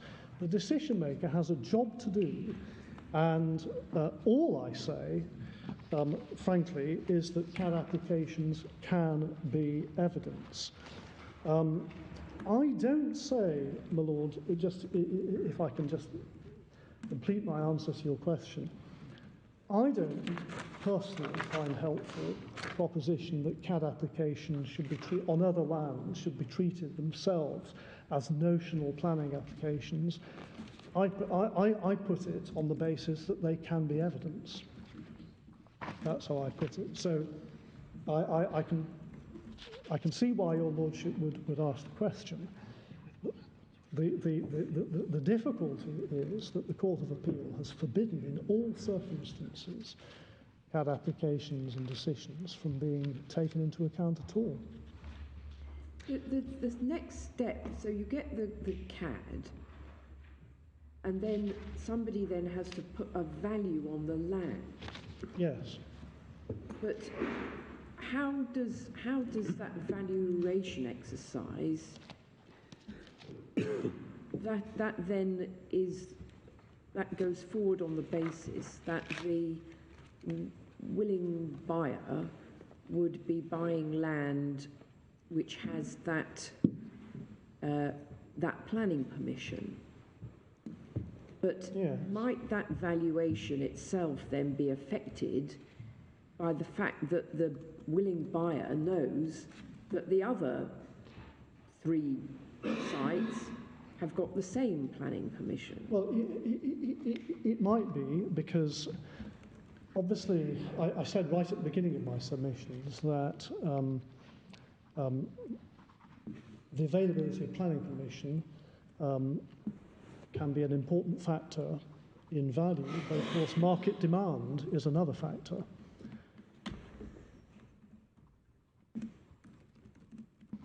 Can you say anything a bit more in response? Well, I have planning permission to develop, let's say, 100,000 square feet of offices in, I don't know, Kensington. If the office market has completely collapsed in Kensington, no, but that wasn't my question. The question is, if I'm looking to buy land which has got planning permission to build a motorway service station on it, yes, does the value of that land depend in part on whether or not there's other land contiguous which has also got planning permission to build a motorway service? It might. So it might. What I'm asking, I suppose, is the effect which the Secretary of State doesn't like of the fact that everybody's got planning permission to build the same development, basically, is that cancelled out at the subsequent stage when you're valuing the effect of the existence of that planning permission on the value of the land, which is what, in respect of it's how the compensation... I see what's behind the question, and the answer is I don't know, and we can't know, because we can't in this room decide what the valuation exercise would conclude in that circumstance. And so, Milady, it cannot be said that we don't need to worry about taking into account other potential sites and therefore CAD applications and decisions on other land, because it'll all come out in the wash because of the valuation exercise. We're not at the valuation exercise. And I am simply making my contentions on the basis of what the statute actually says.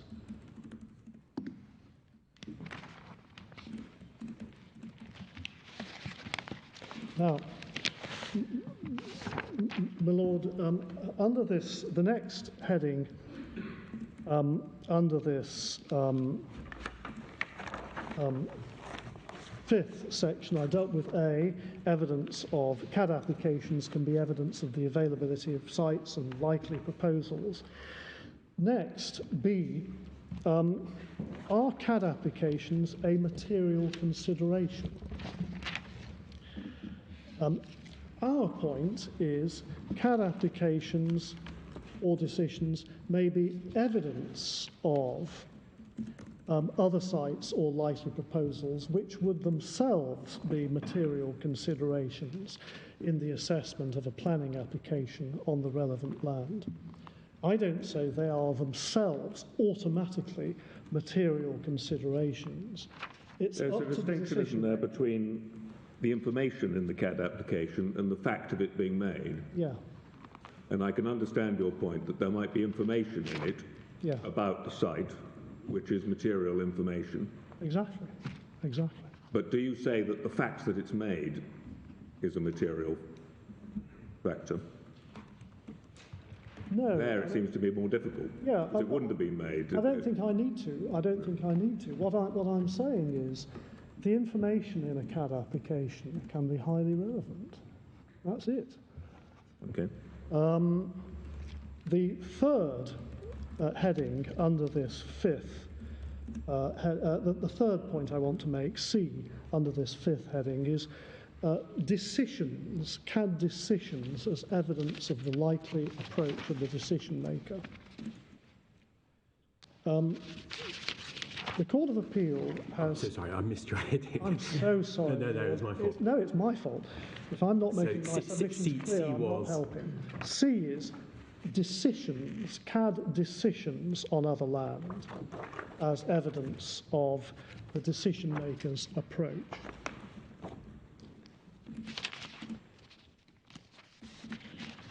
Now,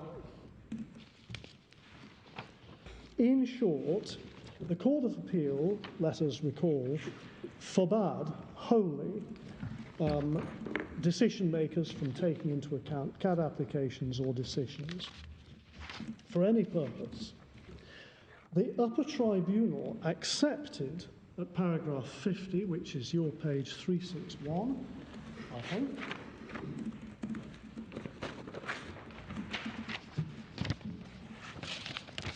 The upper tribunal accepted that a decision on an adjoining site which has been arrived at, applying the same statutory assumptions, is capable of being relied on as evidence of how, in the real world of the council scheme, the local planning authority might have been expected to deal with an application for planning permission on the relevant land. And indeed, if one looks at paragraph 52, the learned friend for the respondent, the second and third respondents, is recorded as having accepted that. So is this the Baroness Cumberledge point Yes. played out In in essence, the no yes. scheme world? Yes, yes. But the Court of Appeal's decision would prevent CAD decisions being taken account for this purpose. And, my Lord, the respondent, the second and third respondents say at paragraph 82 to 84, which is your page 298, that the principle of consistency falls outside the scope of the preliminary issue. Well, I would say, I would agree that in framing the preliminary issue, we didn't expect to get an answer from the court that would block taking account of previous decisions in this way. But that's what it does. And so I say that this appeal should succeed to that extent, even if the whole of the rest of our case is rejected. And, my Lord, just one further reference before I move on to my sixth heading, and the rest are somewhat shorter. In the first respondent's case, at 24, they say sorry, it's your page 272. Your page 272. They say the principle applies as between, the principle of consistency applies as between planning applications and CAD decisions, but not between CAD decisions. But then at paragraph 23, they say CAD decisions are naturally subject to the general public law principles of legality, including the expectation of consistency. So it may be that I've just misunderstood, in which case I apologise, of course. But the point is that the principle of consistency does apply as between CAD decisions, and therefore you must be, the decision maker must be able to take account of CAD decisions when it's dealing with a CAD application on the relevant land. Right, that's all I say under heading 5. Thank you very much. And I go on to 6, if I may. Is specific statutory authority needed to take account of CAD applications or decisions? No. I say no. No specific express statutory authority is needed to take account of CAD applications or decisions as evidence of the existence of other sites or proposals in the no-scheme world. No one's arguing that express statutory provision is needed for any particular category of evidence to be taken into account in deciding the prospects of planning permission in the no-scheme world. So why should this be different? So I say no express statutory authority needed. And I move on then to section 7, if I may.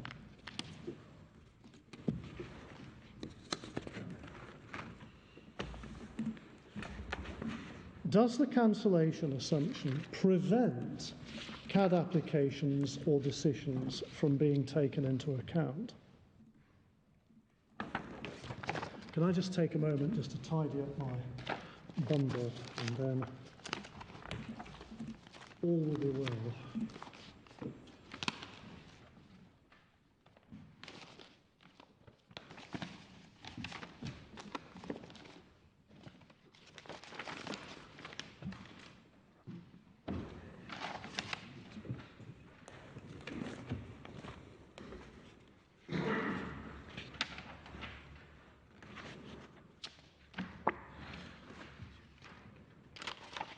Yes. So does the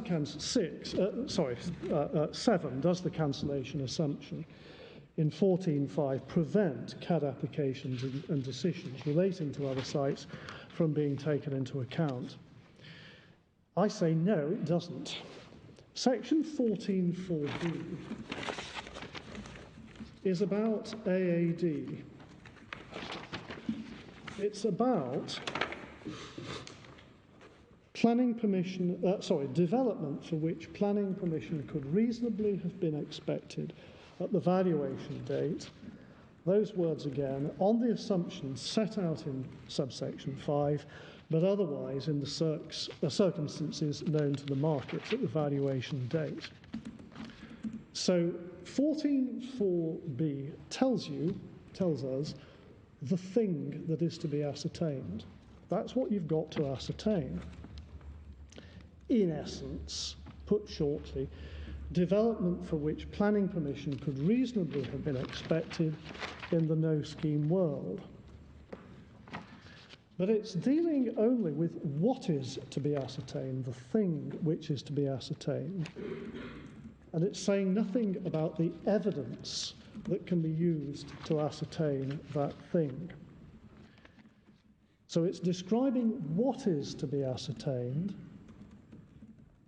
but not how that prospect of development is to be ascertained. And I say that the error of the Court of Appeal is to confuse the thing which is to be ascertained with the evidence that can be used to assess it. And that 14.4b deals with the former and not the latter.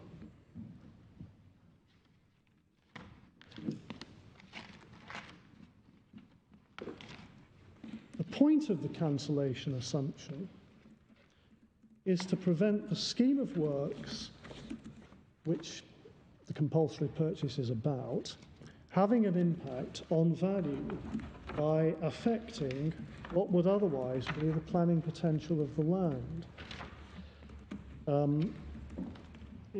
As put by Lord Hope in Fletcher, which is your B7 at page 318.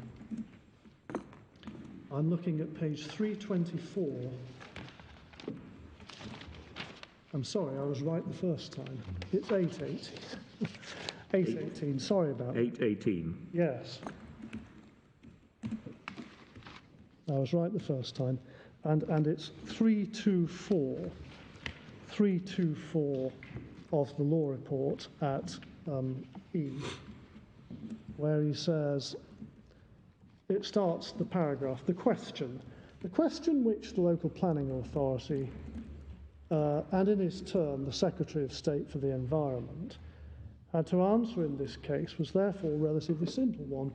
It was capable of being determined on the assumption that the proposal had been cancelled on the relevant date in the light of the circumstances existing at that date and by the application of ordinary planning principles.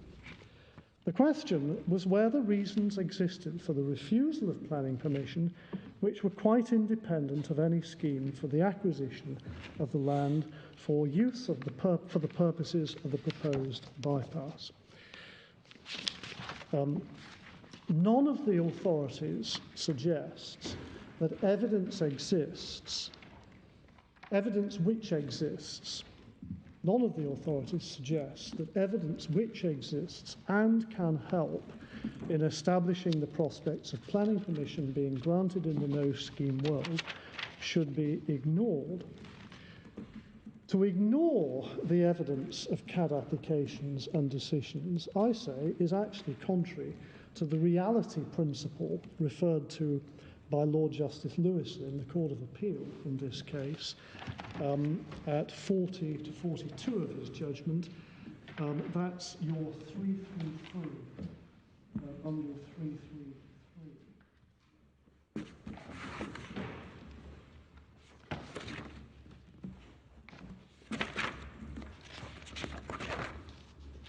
Well, it's, yes, 40 to 42. It starts on 333.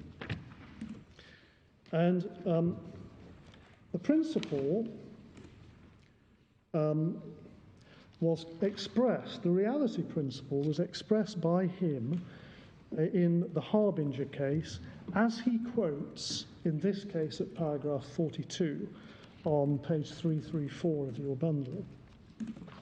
And I won't read it all out, but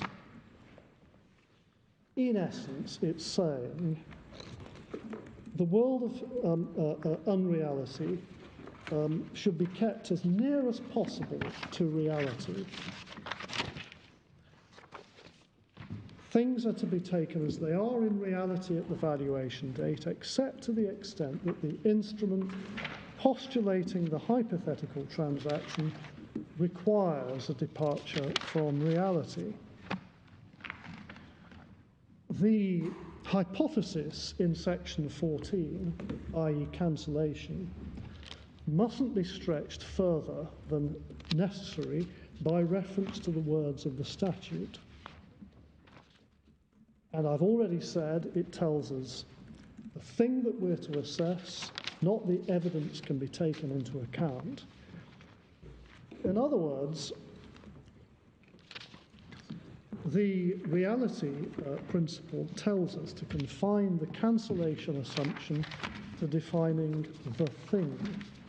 And therefore, my conclusion is that the cancellation assumption in section 14.5 does not prevent the decision maker taking into account CAD applications and decisions where it considers they are evidence which is relevant to the case. Is it again the distinction between the fact of making the CAD application and the information in it? You can't treat as relevant the fact of making the application because it wouldn't have been made in the hypothetical situation, but you can take account of information which it provides about the site. And is that one way of putting it? That's one way of putting it, my lord. But I would actually, I think, stick to my submission, which is that 14.4 and 5 are telling us what we are to ascertain. Sorry, I'm assuming I'm the decision maker. It's telling the decision maker what it is to ascertain. Development which, on the assumptions set out in 5, but otherwise in the circs known to the market, would reasonably be expected to get planning permission. So it's telling you what you're supposed to find, but it's not saying anything about the evidence that may be used to ascertain that. Well, if you were to take into account the fact that a CAD application has been made, wouldn't you then be contradicting the assumption that the scheme had been cancelled on the launch date? No, I say not. I say not because when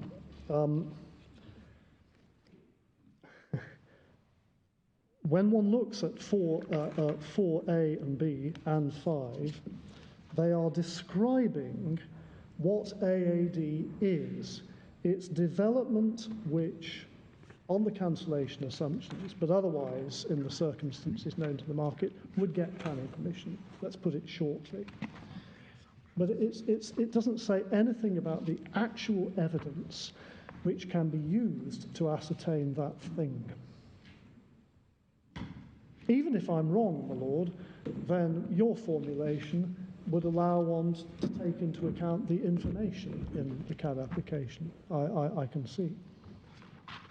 But I'm still slightly struggling with what is this CAD application evidence of? It might be, as my lord says, evidence of what the situation is on the ground. Yes. Although they wouldn't have bothered doing all the sort of geological inquiries that they might need if they were actually going to build a 20-story skyscraper or something. You, I think, still say that it's evidence that the landowner might have applied for planning permission for that.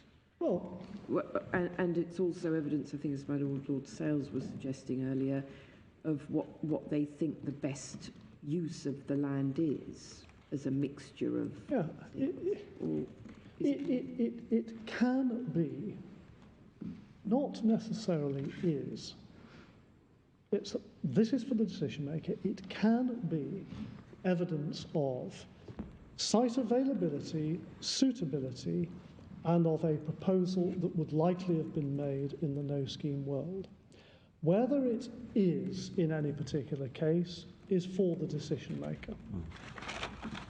But as I've said before, the effect of the Court of Appeal's decision is to say you cannot take this into account, so as to stop the decision maker taking them into account at all. I'm not quite sure what the process is when you say all these things about the decision maker Yes. can do it.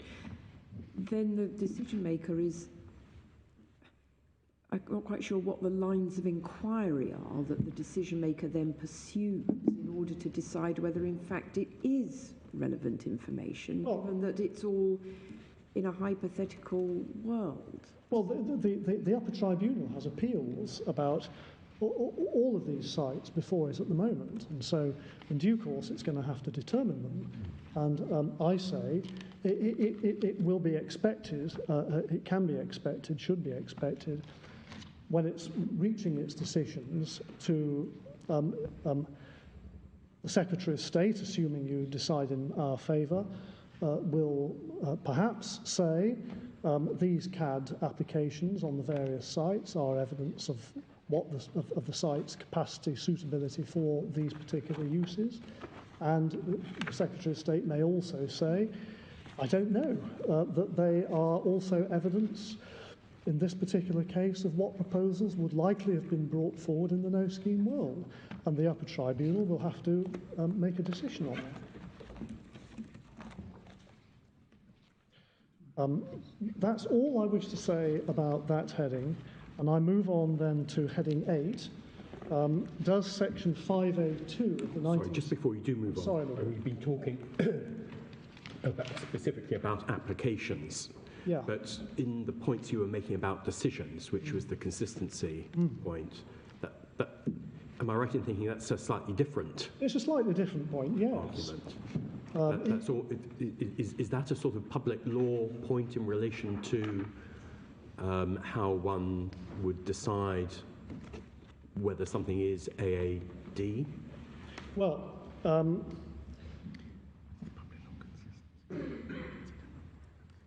I think what the upper tribunal was saying in paragraph 50 was that decisions can be evidence of how a decision maker, of the reasonable, the approach a decision maker could reasonably be expected to come in similar circumstances, mutatis mutandis.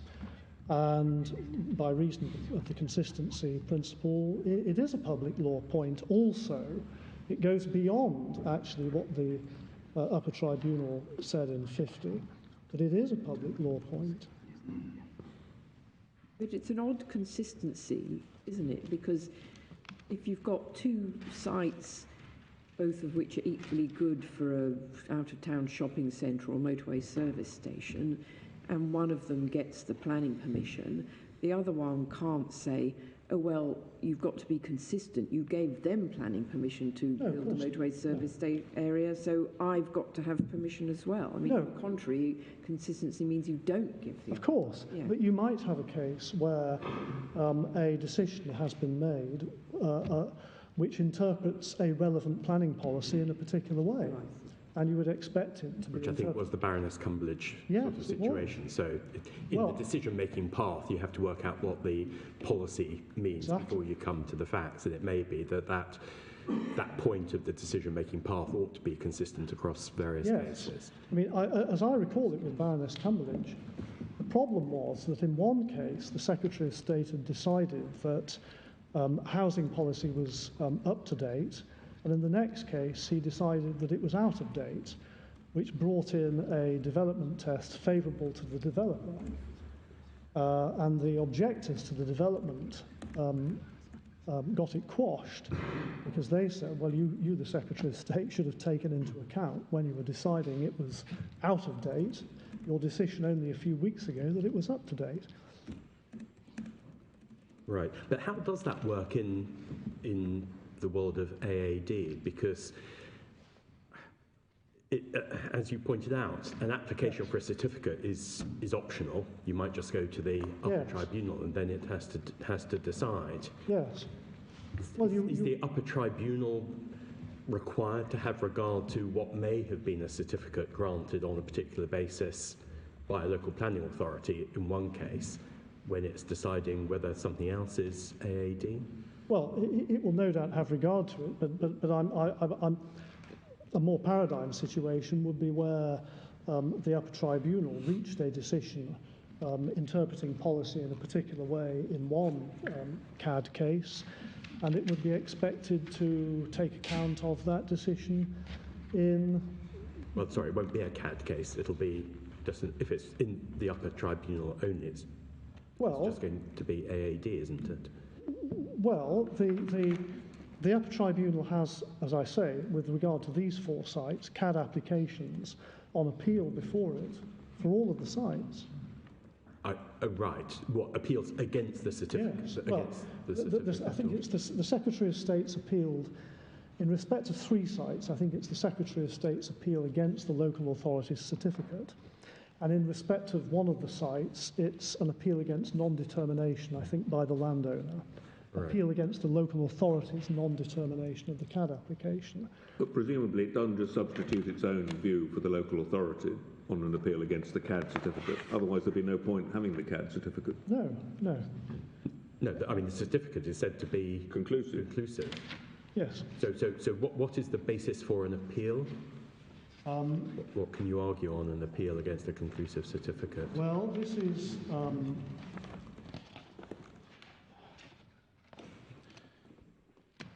Presumably they applied the wrong legal basis, the sort of argument you're... Sort of judicial review kind of thing. Thank you very much. In effect, as my learned friend reminds me, thank you, Section 18, subsection 2, says that the upper tribunal can, in effect, treat the application as if it had been made to it in the first instance. So it's So got here's to it de decide. novo, basically. Pardon? Here's it afresh. Yes. Right. Okay. Right, okay. So it's not all that conclusive after all. Yeah. Okay. Right. But I'm still just trying to understand how the consistency point works in relation to a certificate granted by a local planning authority when you're having a re-argument in the upper tribunal. I can see that if the upper tribunal determines the meaning of a policy, let's say TP 33, Yes. in a particular way, It would be expected to determine it. probably as a matter Same of public way. law principles Exactly. applicable to it, it should apply it across. Exactly. But it doesn't have to it doesn't sound as though it has to treat the local planning authority's interpretation As of conclusive. 33 as conclusive. No, I would agree with that. Presumably, though, the ultimate CAD or the appellate decision is then conclusive when you get to the next stage of the valuation Yes. of the land. Yes. You have to assume that it has that planning. Yes. Right, thank you. Look, I wonder if I could move to my heading 8. Does Section 5A2 require CAD applications and decisions to be ignored? The Court of Appeal said yes, it does. That's at paragraph 53 of the Court of Appeal's judgment at page 337 of your bundle.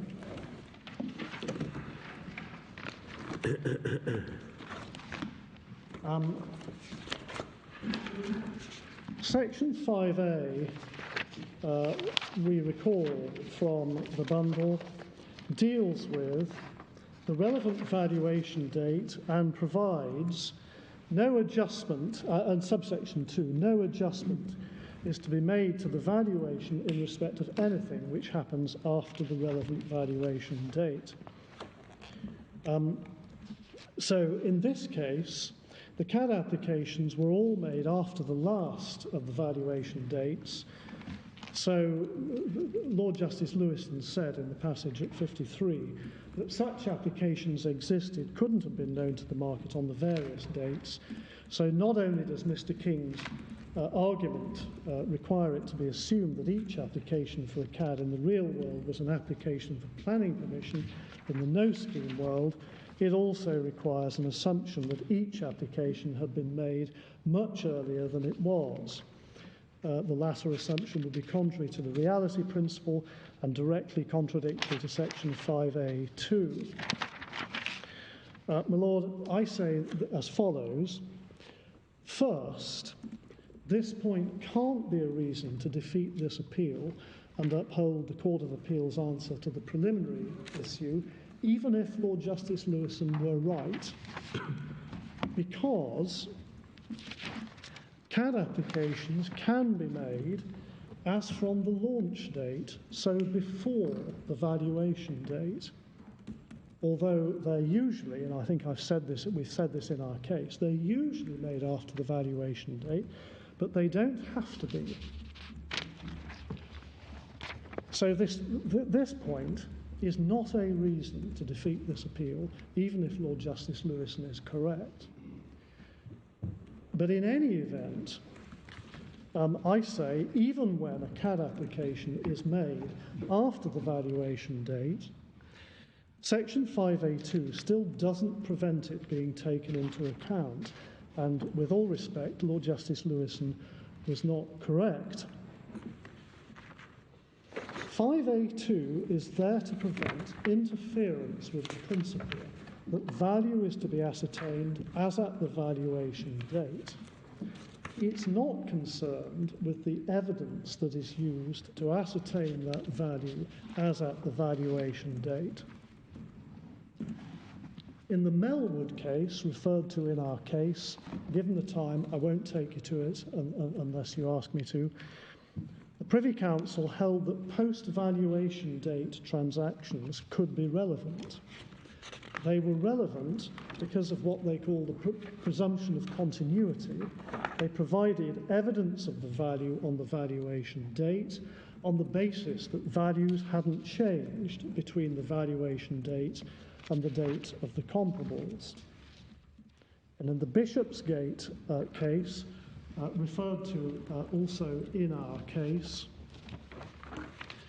the upper tribunal said that Melwood had not been rendered of no application by Section 5A2. And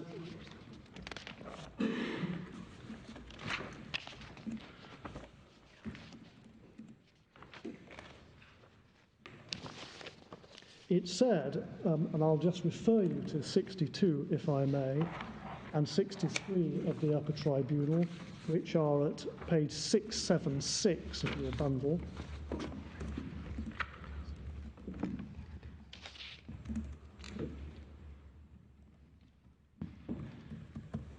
It said, in essence, 5A2 doesn't say that anything that happens after the valuation date can't be taken into account. What it says is that no adjustment shall be made in respect of anything that happens after the valuation date. And it gave an example, didn't it, in 62?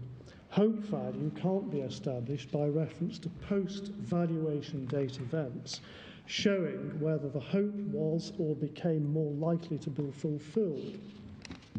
And at 63, it refers by contrast to cases where evidence of a post-valuation event is relied on to establish an objective fact as at the valuation date. So in other words, there's a difference between a case where things that happen post-valuation date provide evidence of the situation as at valuation date, and where things that happen post-valuation date would have changed the valuation had they existed and been known at that date. I say that CAD applications and decisions, where they are evidence of the planning situation which there would have been and which would have been known at the valuation date, fall within the first category and can be taken into account. In contrast to the case relied on by Lord Justice Lewison, the electricity supply nominees case, where there were confidential profit and loss accounts, which he held inadmissible. Unsurprisingly, I would say, because the market could not have known of them.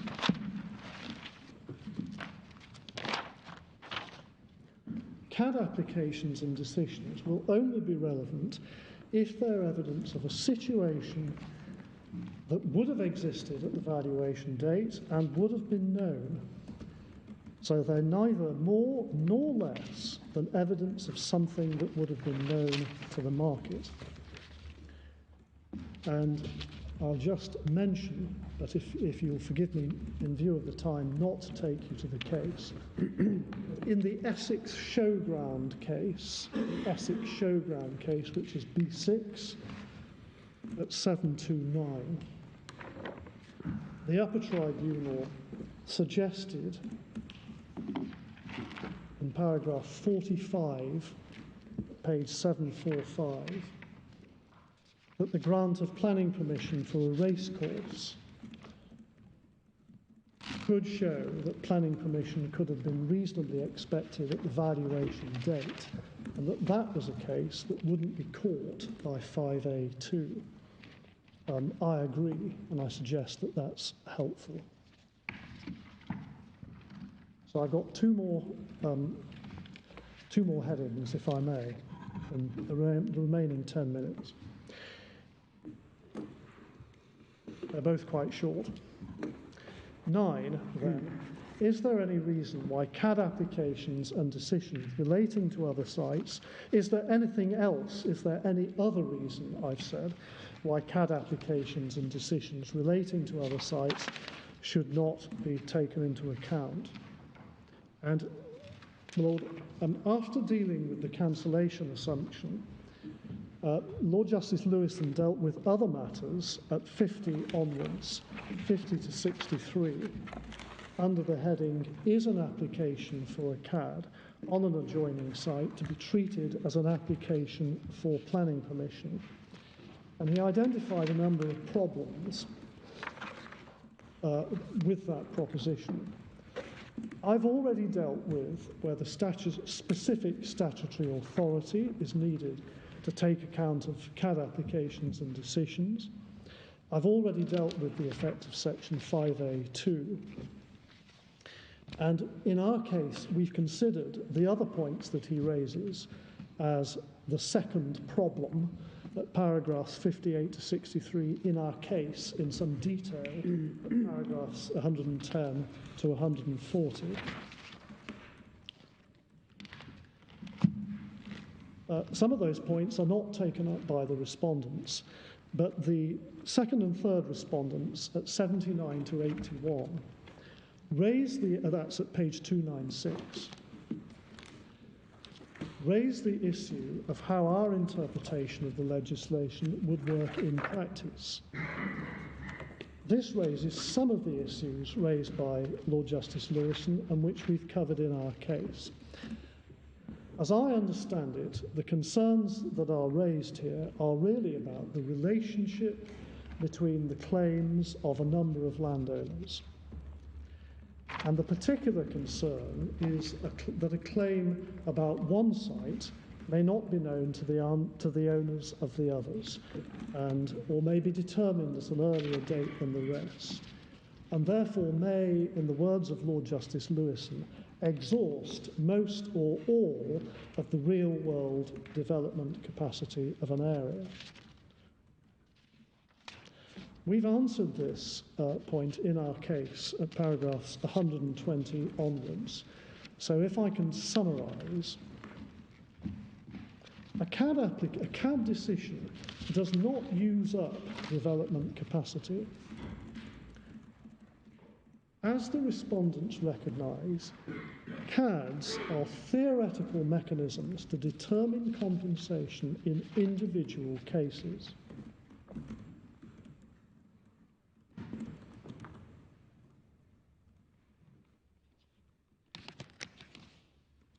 The determination of a CAD application in relation to one site doesn't give rise to an actual planning permission.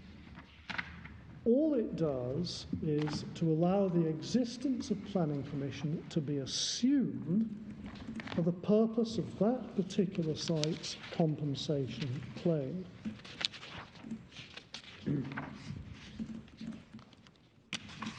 Now, in the real world, where planning permission is granted, you could say it does use up capacity.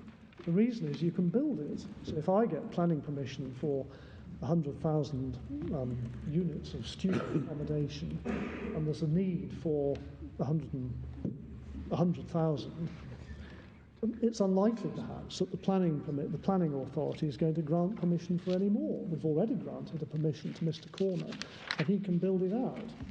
But it's different with a CAD application, a CAD decision, because you can't build the development which is the subject of it. It's theoretical mechanism to determine the compensation for a particular site. So it doesn't use up capacity. Therefore, as we've said in our case, on each occasion when it considers a CAD application, the decision maker has to act on the evidence it has. And that evidence may differ from case to case.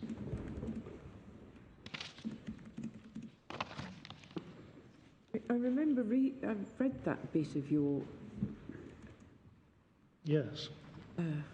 Case, but I thought that the Secretary of State's problem here was that he was going to end up paying for 4 times as much student accommodation as he wanted, in effect.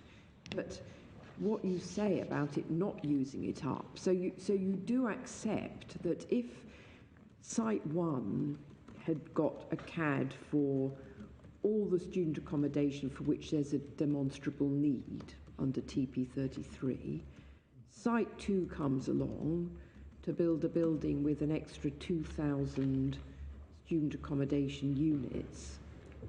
You accept that that has to be assessed without taking into account the fact that there's already been a CAD decision for 10,000 students. Well, what I say is the decision maker on Site 2, I've said this in our case, the decision maker on Site 2 has to look at the evidence that's before it. And in a case... What does that mean? Well, I've said, in a case where it decides there's the potential for there's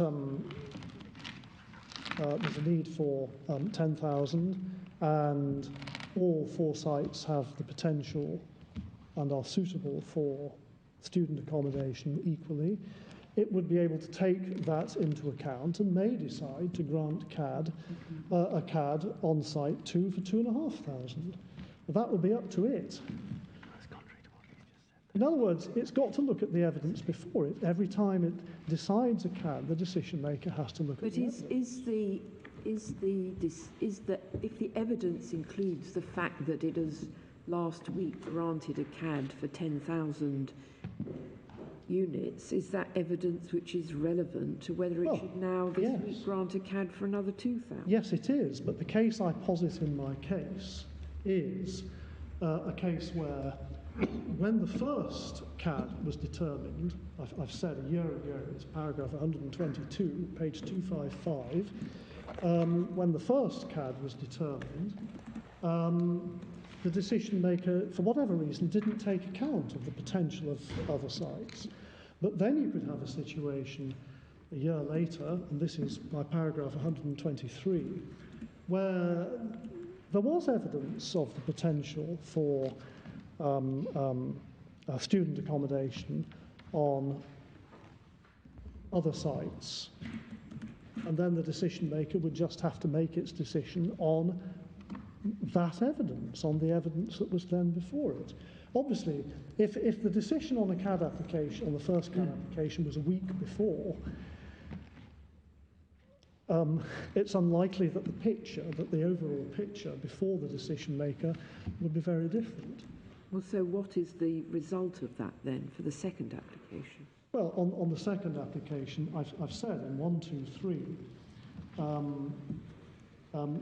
the fact that a year ago, when the decision maker failed to take into account the potential of other sites, and so certified that Site 1 could reasonably expect permission for the whole of the then identified need, doesn't prevent it from considering the potential for development of student accommodation on Site 2 a year later. Because the prior determination of the CAD application on Site 1 didn't give rise to an actual planning permission. So it would then be for the decision maker to take its decision on site too, on the basis that the evidence it did have. Mr. Corner, we're approaching 1 o'clock. I know. You've had a lot of ground to cover, and you've answered a lot of questions and very patiently. Well, you've asked very helpful questions. We must rise now.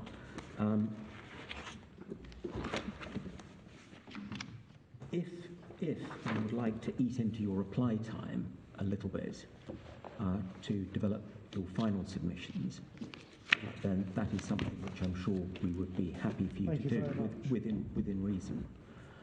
But if that is your intention, could you please draw it to the attention of counsel representing the respondents? Yes. Now, before we depart. Yes. Not necessarily now in court, but if you would discuss it with them so that they aren't taken by surprise at 2 o'clock. I will take up that opportunity, my lord. Thank you very much. And it will be relatively brief. Thank you very much. We will rise now. Thank you.